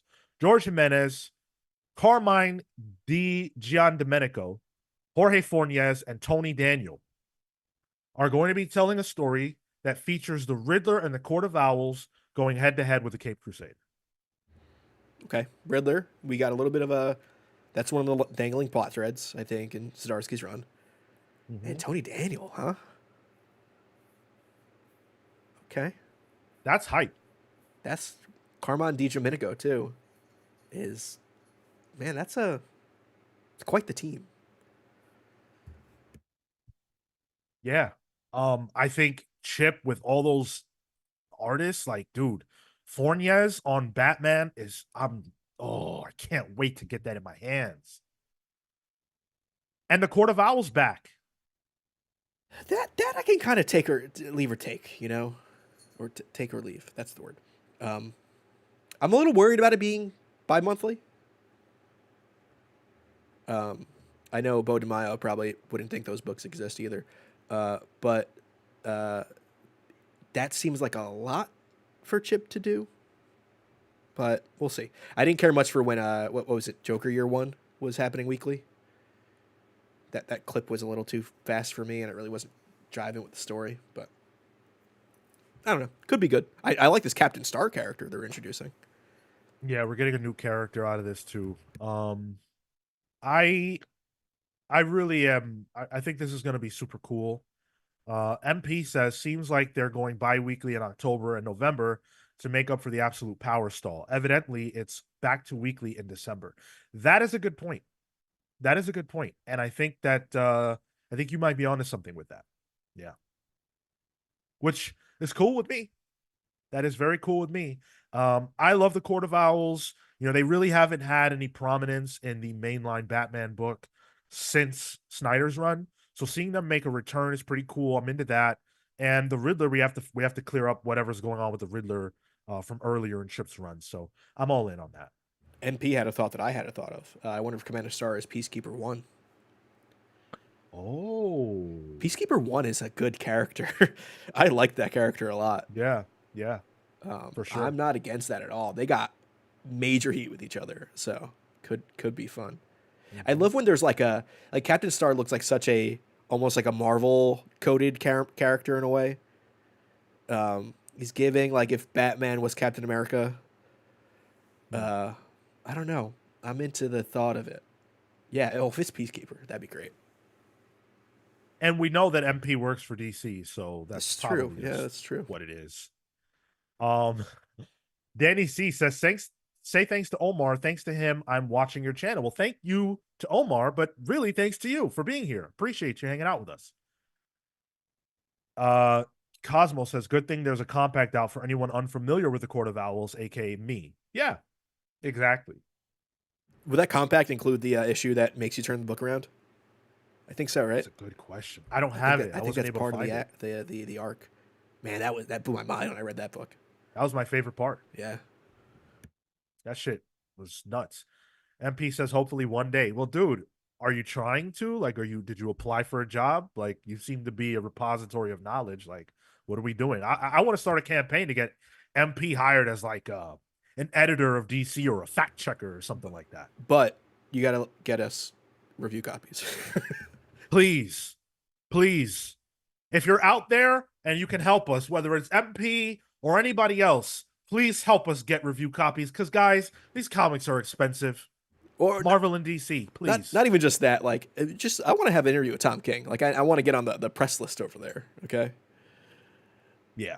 Well, that getting on the press list, that's something we need to really make happen. Uh, so speaking of Tom King announced a new book this week. He's got a new book coming out next week called Jenny Sparks. And in November, we are going to be getting a new book from him with Ryan Sook. It's going to be a Black Canary miniseries. Tom's been teasing out who who the character would be that he would be tackling, and he's tackling Black Canary for a series called Black Canary Best of the Best. It's going to be 6 issues. I told you guys it's Tom King and Ryan Sook, and essentially it's going to be revolving around Black Canary and Lady Shiva as they have a battle to what I saw was determine which of them was the best hand-to-hand combat fighter in DC. Which, come on, these are the 2 best hand-to-hand fighters in DC. Not buying that. Now when Cassandra Cain's out there. Cassandra Cain, Batman, Nightwing, come on. But regardless of that, the art looks really, really good. The main Ryan Sook cover is awesome. I know Yeah. in our community we have a lot of fans of Black Canary, so I can only imagine what Atomic Hound and Christian Uncaged are gonna do and what their variants are gonna be like. This is a lot of individual things I enjoy. I love Black Canary. She's probably like top 5 DC characters for me. I really like Ryan Sook. Big fan of Sook's art. Ryan Sook did I think it was the last season of Fortnite, did like a loading screen in that. That was just like, oh man, this dude's killing it. And Tom King, I'm a fan of Tom King. Pretty across the board. Some outliers here and there. But seeing this, I was like, oh, okay. 6 issues is interesting though, instead of his normal 12. But when you line out the story, the plot, that makes more sense for 6, I guess. Yeah, I kind of feel like it's just the nature of what the story seems to be. The fact that it's like black, what is it called, Black Canary, what's the subtitle for it? Best of the best. Best of the best. Feels like Supergirl, Woman of Tomorrow. Like Tom King may be doing these characters with a subtitle for it, because you know what that makes? A good trade. And then you know what that makes? A good compact book a couple years down the line. Yeah, I mean, I think I'm very interested to see what Tom King does in 6 issues versus what we typically get, which is 12.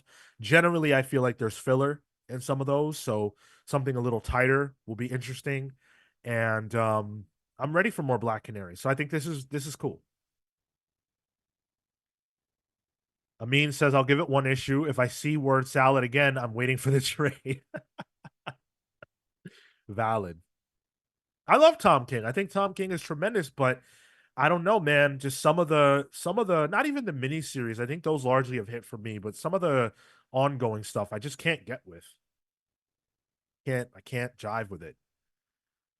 Um, what else? Michael Nadeau had a question for you, Tyler. How do you and Marco read new books if y'all read digitally? Amazon, Comixology, whatever that is called nowadays. Yeah. Just read it through there. Mm-hmm. It was Omnibus, but that got shut down for at least what Omnibus offered. But unfortunately, I am at the beck and call of Jeff Bezos. Ismail says, Cosmo, thanks for letting me know.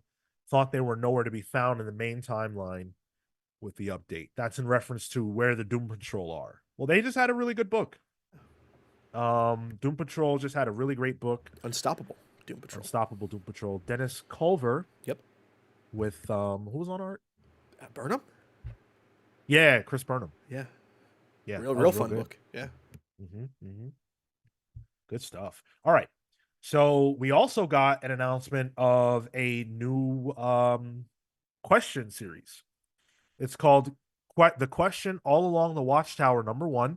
Renee Montoya back to being the question. It's going to be a 6-issue series that DC is going to put out in November. Alex Segura is going to write it with art by Cian Torme. That's cool. And it's basically going to be a murder mystery in the vein of Knives Out that features the Justice League. A Murder at the Watchtower. I really like the title. I gotta imagine that Alex Segura was like, I hope nobody has this idea until I get to do it, because all along the Watchtower is the literal perfect name for a Justice League story. I need to get to this. He got to it. DC is putting out a lot of female-led books. I think there's more female-led books than male-led in this coming iteration. There's some team books, I but don't know. just off my memory, I think there might be more solo female books than male. I would be shocked if that were true, but I'll do some quick math. I'm happy about this. I think the question is awesome. I want to see more of her. So putting Renee Montoya in this role is cool, and then also putting the Justice League in the book and not having it be like, Renee Montoya solves the murder of a random person, means that it will put more eyes on it. So it's like, come for the Justice League, theoretically, stay for a great story that features Renee Montoya. Hopefully. I like this a lot.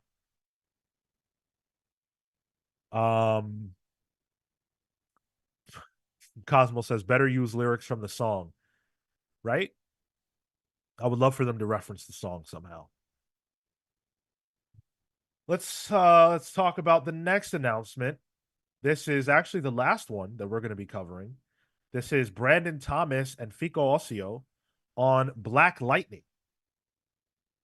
We're getting a Black Lightning miniseries. This one is coming out in November as well, as a part of DC's All In. The solicit reads, Black Lightning is back, and this time it's a family affair. Jefferson Pierce leads the Justice League's new meta-human outreach initiative, helping those with powers before they can use them to harm themselves or others.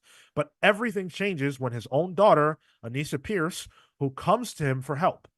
With Thunder's dangerous new powers and the new Masters of Disaster jeopardizing the coexistence between humans and metas, Black Lightning is on the front lines of a culture war brewing in the suburbs of Metropolis. Who are the Masters of Disaster? That sounds cool. I don't know, but I want to know. I'm tuning in for that. I know so little about Black Lightning. It's just a character I really have no knowledge of or history with. Like, I knew he had a CW show. I know there's love for the character, but I'm excited to read more about him. So the Batman and the Outsiders book by Brian Hill and Dexter Soy is basically a Black Lightning book. It's very, very, very, very good. And it was my first exposure to him at all, really. And I loved it. So because of that, I'm here for this. I think this is going to be really cool. Our Discord was lit up about this. Yeah. Pretty excited. And then a little dejected when they realized this is the only one that's like this and Black Canary are the only ones that are 6 issues. But cool. I mean, it's good to have a book. Like, who knows if this could be another situation where it's like, all right, we'll do 6-issue mini. If it does well, it could get like the Blue Beetle treatment where maybe it continues. So work for Poison Ivy, work for Blue Beetle. Maybe it could work for this. Yeah, I think what I believe is that DC is trying to meaningfully position characters that have been underserved into, bigger roles, and trying to get these characters out in front of the people, hopefully to set up a new era of these characters being some of the focal points in the comics, television shows, and movies. And all of these have potential. So it's just a matter of DC putting their foot on the gas, but then not taking it off the gas. We did a video this week that so many of you have watched, it's absurd, about new characters and who cares about them. These are not new characters, but it is a shuffling of the deck to bring on board some characters that just need love. Which I think the idea of the Justice League Unlimited that they're doing too helps that. Like Black Lightning, we know will be in the first arc at least of Justice League Unlimited. so there is kind of a spotlight on that character. Um, yeah, yeah. No, I'm if you're a fan of like some of the under exposed DC characters, All In looks like it's right down your alley. Like Plastic Man's getting some spotlight. Star Sapphire, Black Lightning. I think, man, it's good stuff. I'm excited for this. Yeah, yeah, definitely. Comics Are Dope says, I'm excited about this one. If nothing else, it'll end up being a nice standard size hardcover in my library. Hell yeah. Good to have like a standalone Black Lightning book too that you can refer people to. Yes, exactly. Exactly. Now we have a standalone Black Lightning book, a standalone question book, which features the League, which is great. And then eventually the Tom King Black Canary book. I don't feel like there's a whole lot more you could be doing right in terms of trying to make these characters pop. This is what we always talk about. Spiral Storm with the "Where's My Crimson Fox" mini. I know you're a fan, Spiral. I know you enjoy Crimson Fox. I know you lead the fan club, which is probably just you. Uh, maybe one day. Maybe one day. Talk to James Gunn. If he wants to put her in a movie or something, then you might be better off. But maybe one day. Who was it that said Rom V said that Rom was working on a book that featured a character so obscure that DC themselves had to ask if they even owned them. So what if it's Crimson Fox? Very much could be. MP says more All In series will be launching in December and 2025. What characters do you hope get a series? What a great question, MP. Uh, I got one. I think that John Kent, if he is not dead, needs a series. I know they just announced a single issue that's coming with him in it, but I think he could use a series. That would be great. I forget where it was. It might have been on a podcast. I apologize for not sourcing. But Philip Kennedy Johnson said that he has a want to write Aquaman. Yes. Yeah. Definitely. I saw that too. There is so him doing that once like though that never really clicked for me as a good combination, but as soon as it was stated, I was like, wait, hold on. Yes, actually. Especially with him dealing with like old gods in his writing with DC, like old gods in underwater. That's right. That's Cthulhu. That's everything, and they exist already. Jeff Parker touched on it a bit on his run. With who's the artist that worked on Warworld? Ricardo. I'm blanking. Sorry. But he worked on Jeff Parker's Aquaman. That shit looked good. Yeah, that's kind. I think there needs to be some Aquaman, even if you give the bump up to like Aqualad or Tempest or somebody. It doesn't necessarily need to be Arthur Curry, but I really want a Atlantis set book. Yeah, and Aquaman just needs to be repositioned. Like, full stop. I don't think there's a good reason why he's not. Shit, call the book Atlantis. Make it a team book. Make it a world book. It can be Game of Thrones for the DC comics, and I feel like people have just touched it, but it's never been gotten the opportunity to really go there. I also really want Barbara Gordon Batgirl to have a series again. I miss reading her stories. I feel weirdly like I have a connection to that character just because to me her character is so well defined that I just love every time I get to see her, and I really want her to have another shot. I don't know. I personally think the reason why we don't get Batgirl, Barbara Batgirl books is because of the backlash and people being upset about her not being Oracle or being Oracle or being in the chair or not. So I think it's all of that. But I just wish DC would put their foot down, say screw you to all the people who are mad, and let her be Batgirl. Did you see the? I forget who. No, it was Daniel Sampere. He did a new like double page splash for JLU, and Barbara Gordon's on the team as Oracle. Though she's in normal clothes with the screens around her. So, sorry, Sean. And we do know that there's a Batgirl series coming featuring Cassandra Cain, which I neglected to include in today's solicits, but I guess that takes up all the space there is for a Batgirl series. I don't get it. I don't get it. I do love Cassandra Cain though. She's fine, but Batgirl is Batgirl. You know, Barbara is Batgirl in my mind. And Oh my God, there's so much. They're leaving money on the table. Monkey's paw situation for you, Sean. There is a new Batgirl comic featuring Barbara Gordon, but Jason Todd is her love interest. Sounds good. Damn. Okay. I don't care about that. Three Jokers had them having sex, I if know. I I remember hated it. I correctly. hated that. There was so That don't much bother me. backlash about that. Yeah, I don't have any qualms with that. You want to tell a good story, you tell it with whoever. Anybody can bang anybody, as long as the story about that is good.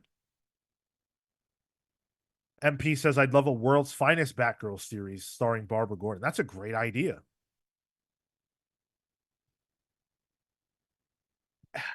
MP just amazes me. Like, are you auditioning to do like you just have great ideas?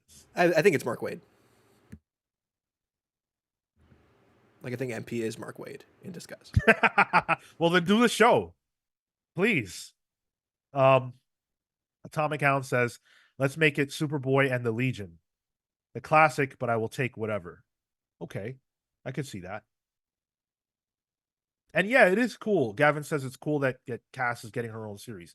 That is cool. I don't have a problem with that. When I first saw the announcement, I was happy with that. I just where's Barbara though? That's my only issue with it. Cosmo said the three Jokers had sex. Am I tripping right now? Hey, Jeff Johns was on it that time. Oh my god. Okay. I didn't remember correctly, MP. MP says Red Hood and Batgirl didn't hook up in Three Jokers. Okay. I thought there was something there. A bit of a will He they, won't says, they? yeah, yeah. Comics are dope says, careful, Sean. That's how Beau Demayo got in this position. Hey, I'm talking comics, man. I'm talking about the characters in the books, not nobody outside the books. Everybody keep your hands and your body parts to yourselves. Please. Unless someone tells you they want you to do otherwise. Oh man. Spiral Storm says, "Oh man, a Batgirl and Supergirl series sounds gold. I remember everyone loves the MCU Supergirl and Batgirl duo. MCU? I mean DCU, I guess. I don't has I'm, tr- there I don't know. I'm trying to picture who the MCU versions of Batgirl and Supergirl are, and it's breaking my brain. Uh I'm gonna say Kate Bishop and Yelena Belova.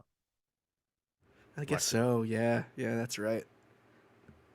off the top of my head. Gino Francis Jr., thanks for coming, says, I love to see more DC cosmic characters like the Omega Men, Adam Strange, and Lobo. He Omega said, Men, that's a good call out. he said Space Cabbie too, and I am down with some Space Cabbie. Space Cabbie is like a 6-issue mini where each issue is one and done of a trip gone wrong with cameos from other cosmic characters. That sounds great. That's fun. Just one is a fender bender he gets into with Lobo. It becomes a thing. Guy Gardner would show up in one of them. Like, oh, actually, you know what? DC, I got that one. You can do it. I can handle that one. Cosmo said, oh man, I really thought y'all meant the Joker's banged, bro. Look, Cosmo, if you look hard enough, there's probably a website where you can see that version of the three Jokers. In fact, we don't even know that the three Jokers didn't bang it out off screen because, Joker's fluid like that. But in the actual material, no, that does not happen. This seems like something Joker would do, though. A, it's kind of funny. And B, he's kind of nuts. So, of course, he'd probably want to bang himself. Look, no spoilers, but to my people that saw The Boys season 4, there's a particular moment in that scene, in that series that I'm thinking about right now that could involve the Joker. And if you know, you know. The solo train. Yep. Absolutely. Snake Moss says Supergirl in the Flash movie was heat. Yeah, I really enjoyed Supergirl in that movie. She was the best part of the movie, actually, to me. The worst part was the main character. Go figure. I don't know how that can happen. Ismail says Lobo is probably appearing in James Gunn DCU 100%. I think there's a pretty good chance that Lobo will make an appearance, yeah. I don't think we'll get a movie unto himself, but Oh, Jason Momoa. There's didn't Gunn say there's a place for Jason Momoa in his DCU, and it's not yeah. Aquaman? Yeah. If there's one character he's been made for, It's Lobo. It's the main man. It's the main man. Yeah. Yeah. I just can't see him getting like a solo project. That seems like he'd have to have a high level of popularity coming off the heels of an appearance in another movie.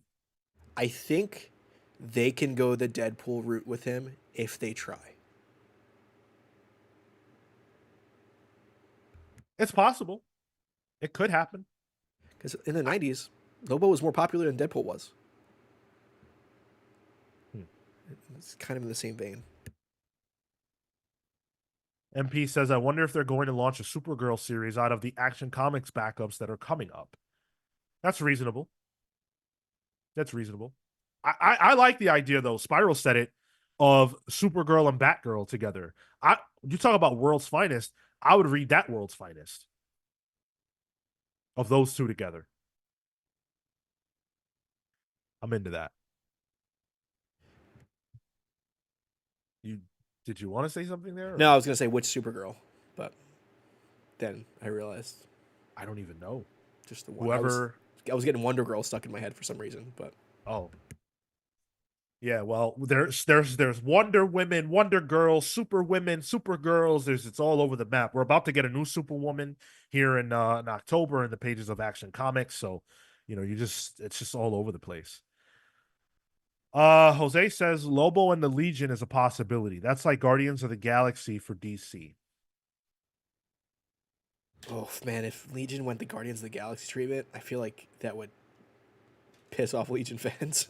But Yeah. make Legion relevant, so Monkey's Paw curls again. I don't know. Like, I want to say that feels wrong. But then again, the Guardians of the comics were nothing at all like the ones in the movies before James Gunn got his paws on them. And now, it's a $1 billion franchise in the sense that cumulatively those three movies have made over $1 billion. So I can't really argue with that success, but I'm sure there are tens of Guardians fans who are mad about that. Cosmo has a question. Yo, does anyone know if being a White Lantern is still a thing in any of the books? I need to get in on that if so. Read Green Lantern currently. There's a bit of it going on, or something similar to it, with Kyle. So, Dude, we can hardly get black characters in comics. They ain't giving us no damn Black Lanterns. White Lanterns are way more prominent than Black Lanterns. And I'm sure if you pick up enough DC Green Lantern books, you'll find those. okay, I like where you went with that one, Sean. Yeah. Thank you. Omni Nation Comics says Aquaman, Booster Gold, Red Hood, Lobo, Dr. Fate, and Martian Manhunter. I need more of these characters on the front line. Martian Manhunter is getting an ultimate book, pretty much guaranteed. To the rest, though, Red Hood just had Red Hood the Hill, I believe it was called, which just wrapped up. There was something. Yeah.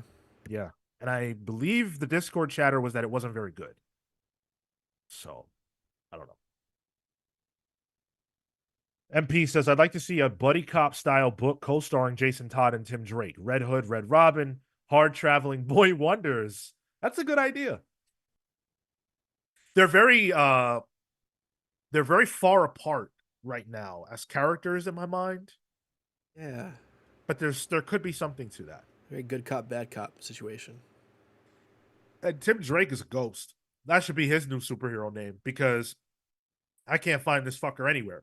Sure, he might appear in a book, but does he matter in that book? No. Isn't he Batman's Robin in Chip's Run right now? I mean, Damian is also. Yeah, true. It dilutes the brand when everyone's Robin. Yeah, there's more than one Robin, and they are both treated like Robin. The same way there are multiple Batgirls, and they're all treated as Batgirl. That's so bizarre.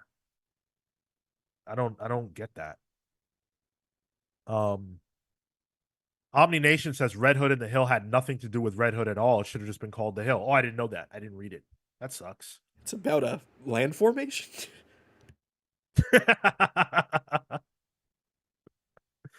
Atomic Hound says, how about an actually readable Harley Quinn comic? Let's start there. Atomic Hound always has the smoke for Harley Quinn.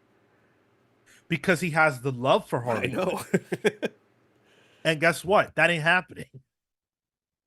No. We got an announcement of a new creative team that I thought could actually work. So I'm gonna be hopeful for that.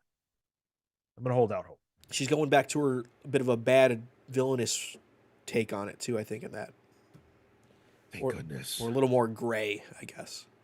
Please. I just saw Poison Ivy is on the Justice League Hell now. yeah, Oh my hot god, Swamp Thing man. on the Justice League. Let's go. It's just so disappointing. Poison Ivy is such a compelling villain, and she's one of the villains that actually has like a reasonable argument. And it feels like now if a villain has a reasonable argument, they're just gonna become a hero. That sucks. They did it with Poison Ivy. Mr. Freeze is half stepping. Magneto's a hero. Like, Mr. Freeze went from goose stepping to half stepping. yeah, it's frustrating. MP says, I think the Bat Family breaks structurally when its core male cast of vigilantes goes beyond the trio of Batman, Robin, and former Robin. Hence why Tim and Jason have been rather directionless. Yeah, there's not enough space, and you're like you could sustain a line of Batman comics with just Batman, but when you start making like beyond Nightwing, Batman, Nightwing, Batgirl, it just the sales diminish and you can't keep all that up. And I really think if you can't keep it up from sales standpoint, then there shouldn't be that many versions of the same character. Comics Are Dope says The Hill is basically the projects of Gotham. Christopher Priest introduced it in a one shot back in the day with Martin Bro on art. Red Hood, The Hill takes us back to that neighborhood. Ah, okay. Thank you. Mentioning Christopher Priest, I want another Deathstroke book because that Priest Deathstroke was top tier, phenomenal book. Oh, dude, it was so good. He was still a villain, but he was tempted from both sides, so he's kind of getting torn back and forth. He still does villainous things, maybe for good reasons. Oh, really good book. That was when they were trying to make Deathstroke happen during like prior to Dark Crisis, right? Prior to Dark Crisis, correct? Yeah. Amin says the Justice League for sure has allowed multiple murderers and genocidal maniacs in their ranks. For sure. For me personally, I would really love it if there could be a clearer distinction between what a hero is and what a villain is. And like I said, more and more characters that I love because they're great villains just become heroes. So what is left? Paul Dini, or no, I'm sorry, Bruce Timm just said that the reason why they turned Penguin into a woman in the Batman Cape Crusader animated series is because Batman doesn't have enough good villains. And it's like, well, yeah, shit, you're right. If you fuckers keep turning them hero, yeah, of course. Even Batman's shittiest villains can be good villains. Yeah, that was such a dumb thing to say Yeah. that I couldn't believe it came out of the mouth of a legend of that caliber because Batman has the greatest villains catalog in comics. Dude, like, what are you saying? He made Rocket Racer, watchable and that's a dumb take. I didn't hear that. That kind of annoyed me. That's annoying. Yeah, that's crazy. Even women villains Batman has better than anybody. Who has a better women's rogue gallery than Batman? Not even Wonder Woman has a better women's rogue gallery than Batman. What are we talking about? Omni Nation says, I would have loved for Priest to have finished his Black Adam run. He's really good at defining characters just like he did for Black Panther and Deathstroke. Yeah, I feel like Priest is underrated, even by me. I love Priest. Yeah, he's a name that draws me to a book. To BH, Bruce Timm said, good female villains. It's still dumb. Yeah, it's not an accurate statement. And the fact that it came from someone who also had a hand in creating one of those villains, that being Harley Quinn, I don't get it. And yeah, that's the case. Couldn't you create a new one? You did it before. Right. You did it in the most notorious way before. Yeah. I'm a proponent of if there's a need, create.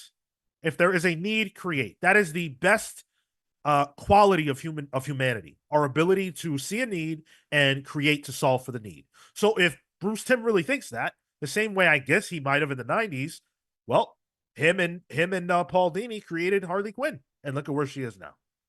So are we going to see Woman Penguin after this? Is she going to be a revolutionary character akin to Harley Quinn? Hell no. So what's the reason to do it? when you could apply your magic, which you clearly have, to building up a new character. Doesn't add up to me. Atomic Hound says, speaking of Priest books, Superman Lost is out in trade. If you love math, physics, and The Last Temptation, you need to check it out. I remember liking the first issue, but I forgot about it. So Yeah, I didn't like the first issue, so I just didn't give it a shot going further. But yeah. Leatrick says, I just learned this summer Priest wrote the novel The Prestige that Nolan based the movie. What? that's huge news to me. What? Dude, The Prestige is in my top 5. Are you serious? I had no clue at all. Are you sure? Under a pseudonym or with the real name? Columbo says, Bruce Timm basically. Oh, isn't Christopher Priest not Christopher Priest's real name anyway? I don't know. Columbo said Bruce Timm basically made Mr. Freeze a whole new character. Just make a new one, dog. Exactly. It's not even like it, I don't want to be misconstrued because I feel like whenever I say these kinds of things, people really want to misconstrue it. I'm not saying that there shouldn't be female versions of or female characters or that or anything like that. I don't believe that. I think there should be. I'm happy that Harley Quinn was created, and I would be happy if there were a new villain created. I just don't think that you take an iconic character like the Penguin, gender bend them, and all of a sudden you have a hit. No. Electrics, it's different Christopher Priest. There's Christopher Priest, the white dude novelist, which he wrote the book that The Prestige is based on. Christopher Priest, the American comic book writer, is a black guy who did like Black Panther and all that stuff. So Okay. Okay. Good, because I was like, what the hell? which I wonder if that's why he's trying to go by just Priest now, because there's a famous novelist out there. That makes sense then. Could be. Could be. Could be. And comics are dope. Corroborates that there are 2 Christopher Priests. Yeah. Soulzan 2000 says, I call that lazy. Well, it's hard for me to make a statement to the contrary because I don't disagree. Like, would it does it help representation if that's the agenda to have a female Penguin? I don't really think so. Because Penguin is going, the next time we see Penguin, he's going to be a guy in a TV show. It's not like that's the norm going forward. It's just a one shot. It's not the end of the world. I just think something more meaningful could have been added to the Batman mythos than that. But what are you going to do? Stank Maw says Mangaverse Doctor Doom was a female that was dope. Penguin wasn't done well at all in Cape Crusader. Agreed. Agreed. If it was good, I would still believe what I believe, but at least we could say it was well done. This felt like, a nothing thing to do. MP says gender swapping Penguin feels random. Why not something more interesting like Joker and Harley? See how that dynamic changes as a result. At least that might be interesting. Are you saying gender swapping Joker and Harley to make Harley the guy and Joker the girl? I didn't fully understand if that's what you meant. That's how I took it. Yeah. I'm not really here for gender swaps. Like the Mighty Thor, Jane Foster, that's not a gender swap. That's a different character with a different mantle. I'm for that. Like, okay, cool. I don't love it, but all right, we're doing it. Sam Wilson as Cap, blah blah blah.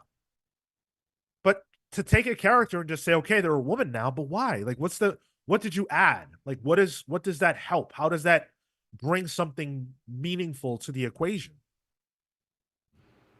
I'm cool with it if there's justification for it and there's narrative Yeah. reason for it. Yeah. Like, I wouldn't say Captain Marvel's an awful example because there already was a male Captain Marvel. But like, I don't know. Like, there doesn't need to be a Wonder Man. You know what I'm saying? Like, Wonder Woman doesn't need a male counter. That, like, I think most people would look at that and go, "Wow, that's dumb. Why are we doing this? What is that?"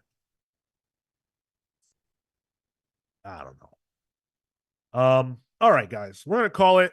Somehow we've been doing this for 3 hours, just the 2 of us. What the hell are those other 2 guys doing? Jeez. I just love to talk, and I told Sean he had to carry a bit today too because I am sick. So and Thankfully, I don't Sean loves mind. to talk. Yeah, I don't mind. And I don't, I'm not really that like in my private life, I don't talk that much. Dude, sometimes like Comic Con and stuff when we hang out, you just like sit there and like you're I'm a introspective, I'm and an then extremely introverted and introspective person. I've yeah, spent a lot of time alone in my life, but I really, really appreciate having this connection with you guys, and I cherish it. So I love to talk to you. is that you just charging up your spirit bomb for the podcast? Essentially, I'm on. Okay. I'm plugged in. I'm charging up when I'm not here doing the show. I guess you could say that. The next time we will be live with you all. As I say this, please make sure you hit the like button, subscribe to the channel if you have not yet done that. But the next time we'll be live with you all is Thursday for Pals Pulls. I'll give you a tease. I'll let you know what we're going to be reading. We're going to be tackling this Wednesday or Thursday, excuse me, at 6 p.m. Eastern. Wolverine Revenge #1, Ultimate Spider-Man #8, Jenny Sparks #1, World's Finest #30, and Superman #17. So a really hot docket of books, I would say. I'm excited for every one of those. You gonna And put a yeah, book go on ahead. there you're not excited for? Sorry? We're gonna put a book on the list you're not excited for? Sometimes. Nobody can accuse me of only putting books on the list that I'm excited Jim about McKay's because Avengers. yeah, we did Avengers, we did Wonder Woman until I literally just couldn't take it anymore. We did Flash until I couldn't take it anymore. 2 issues. No, we did the whole first arc of Flash. I do not have that in my memory. We definitely did because I have those issues. I just remember that Gorilla Grodd. Like, All right. You guys know the deal. Patreon.com if you want to support. Join our Discord server. So many of you have chosen to do that. It's been great. The conversations always carry over. And I love the connection that I get to have with you guys day after day. It's really fantastic. Thank you all so much for tuning in. Until next time,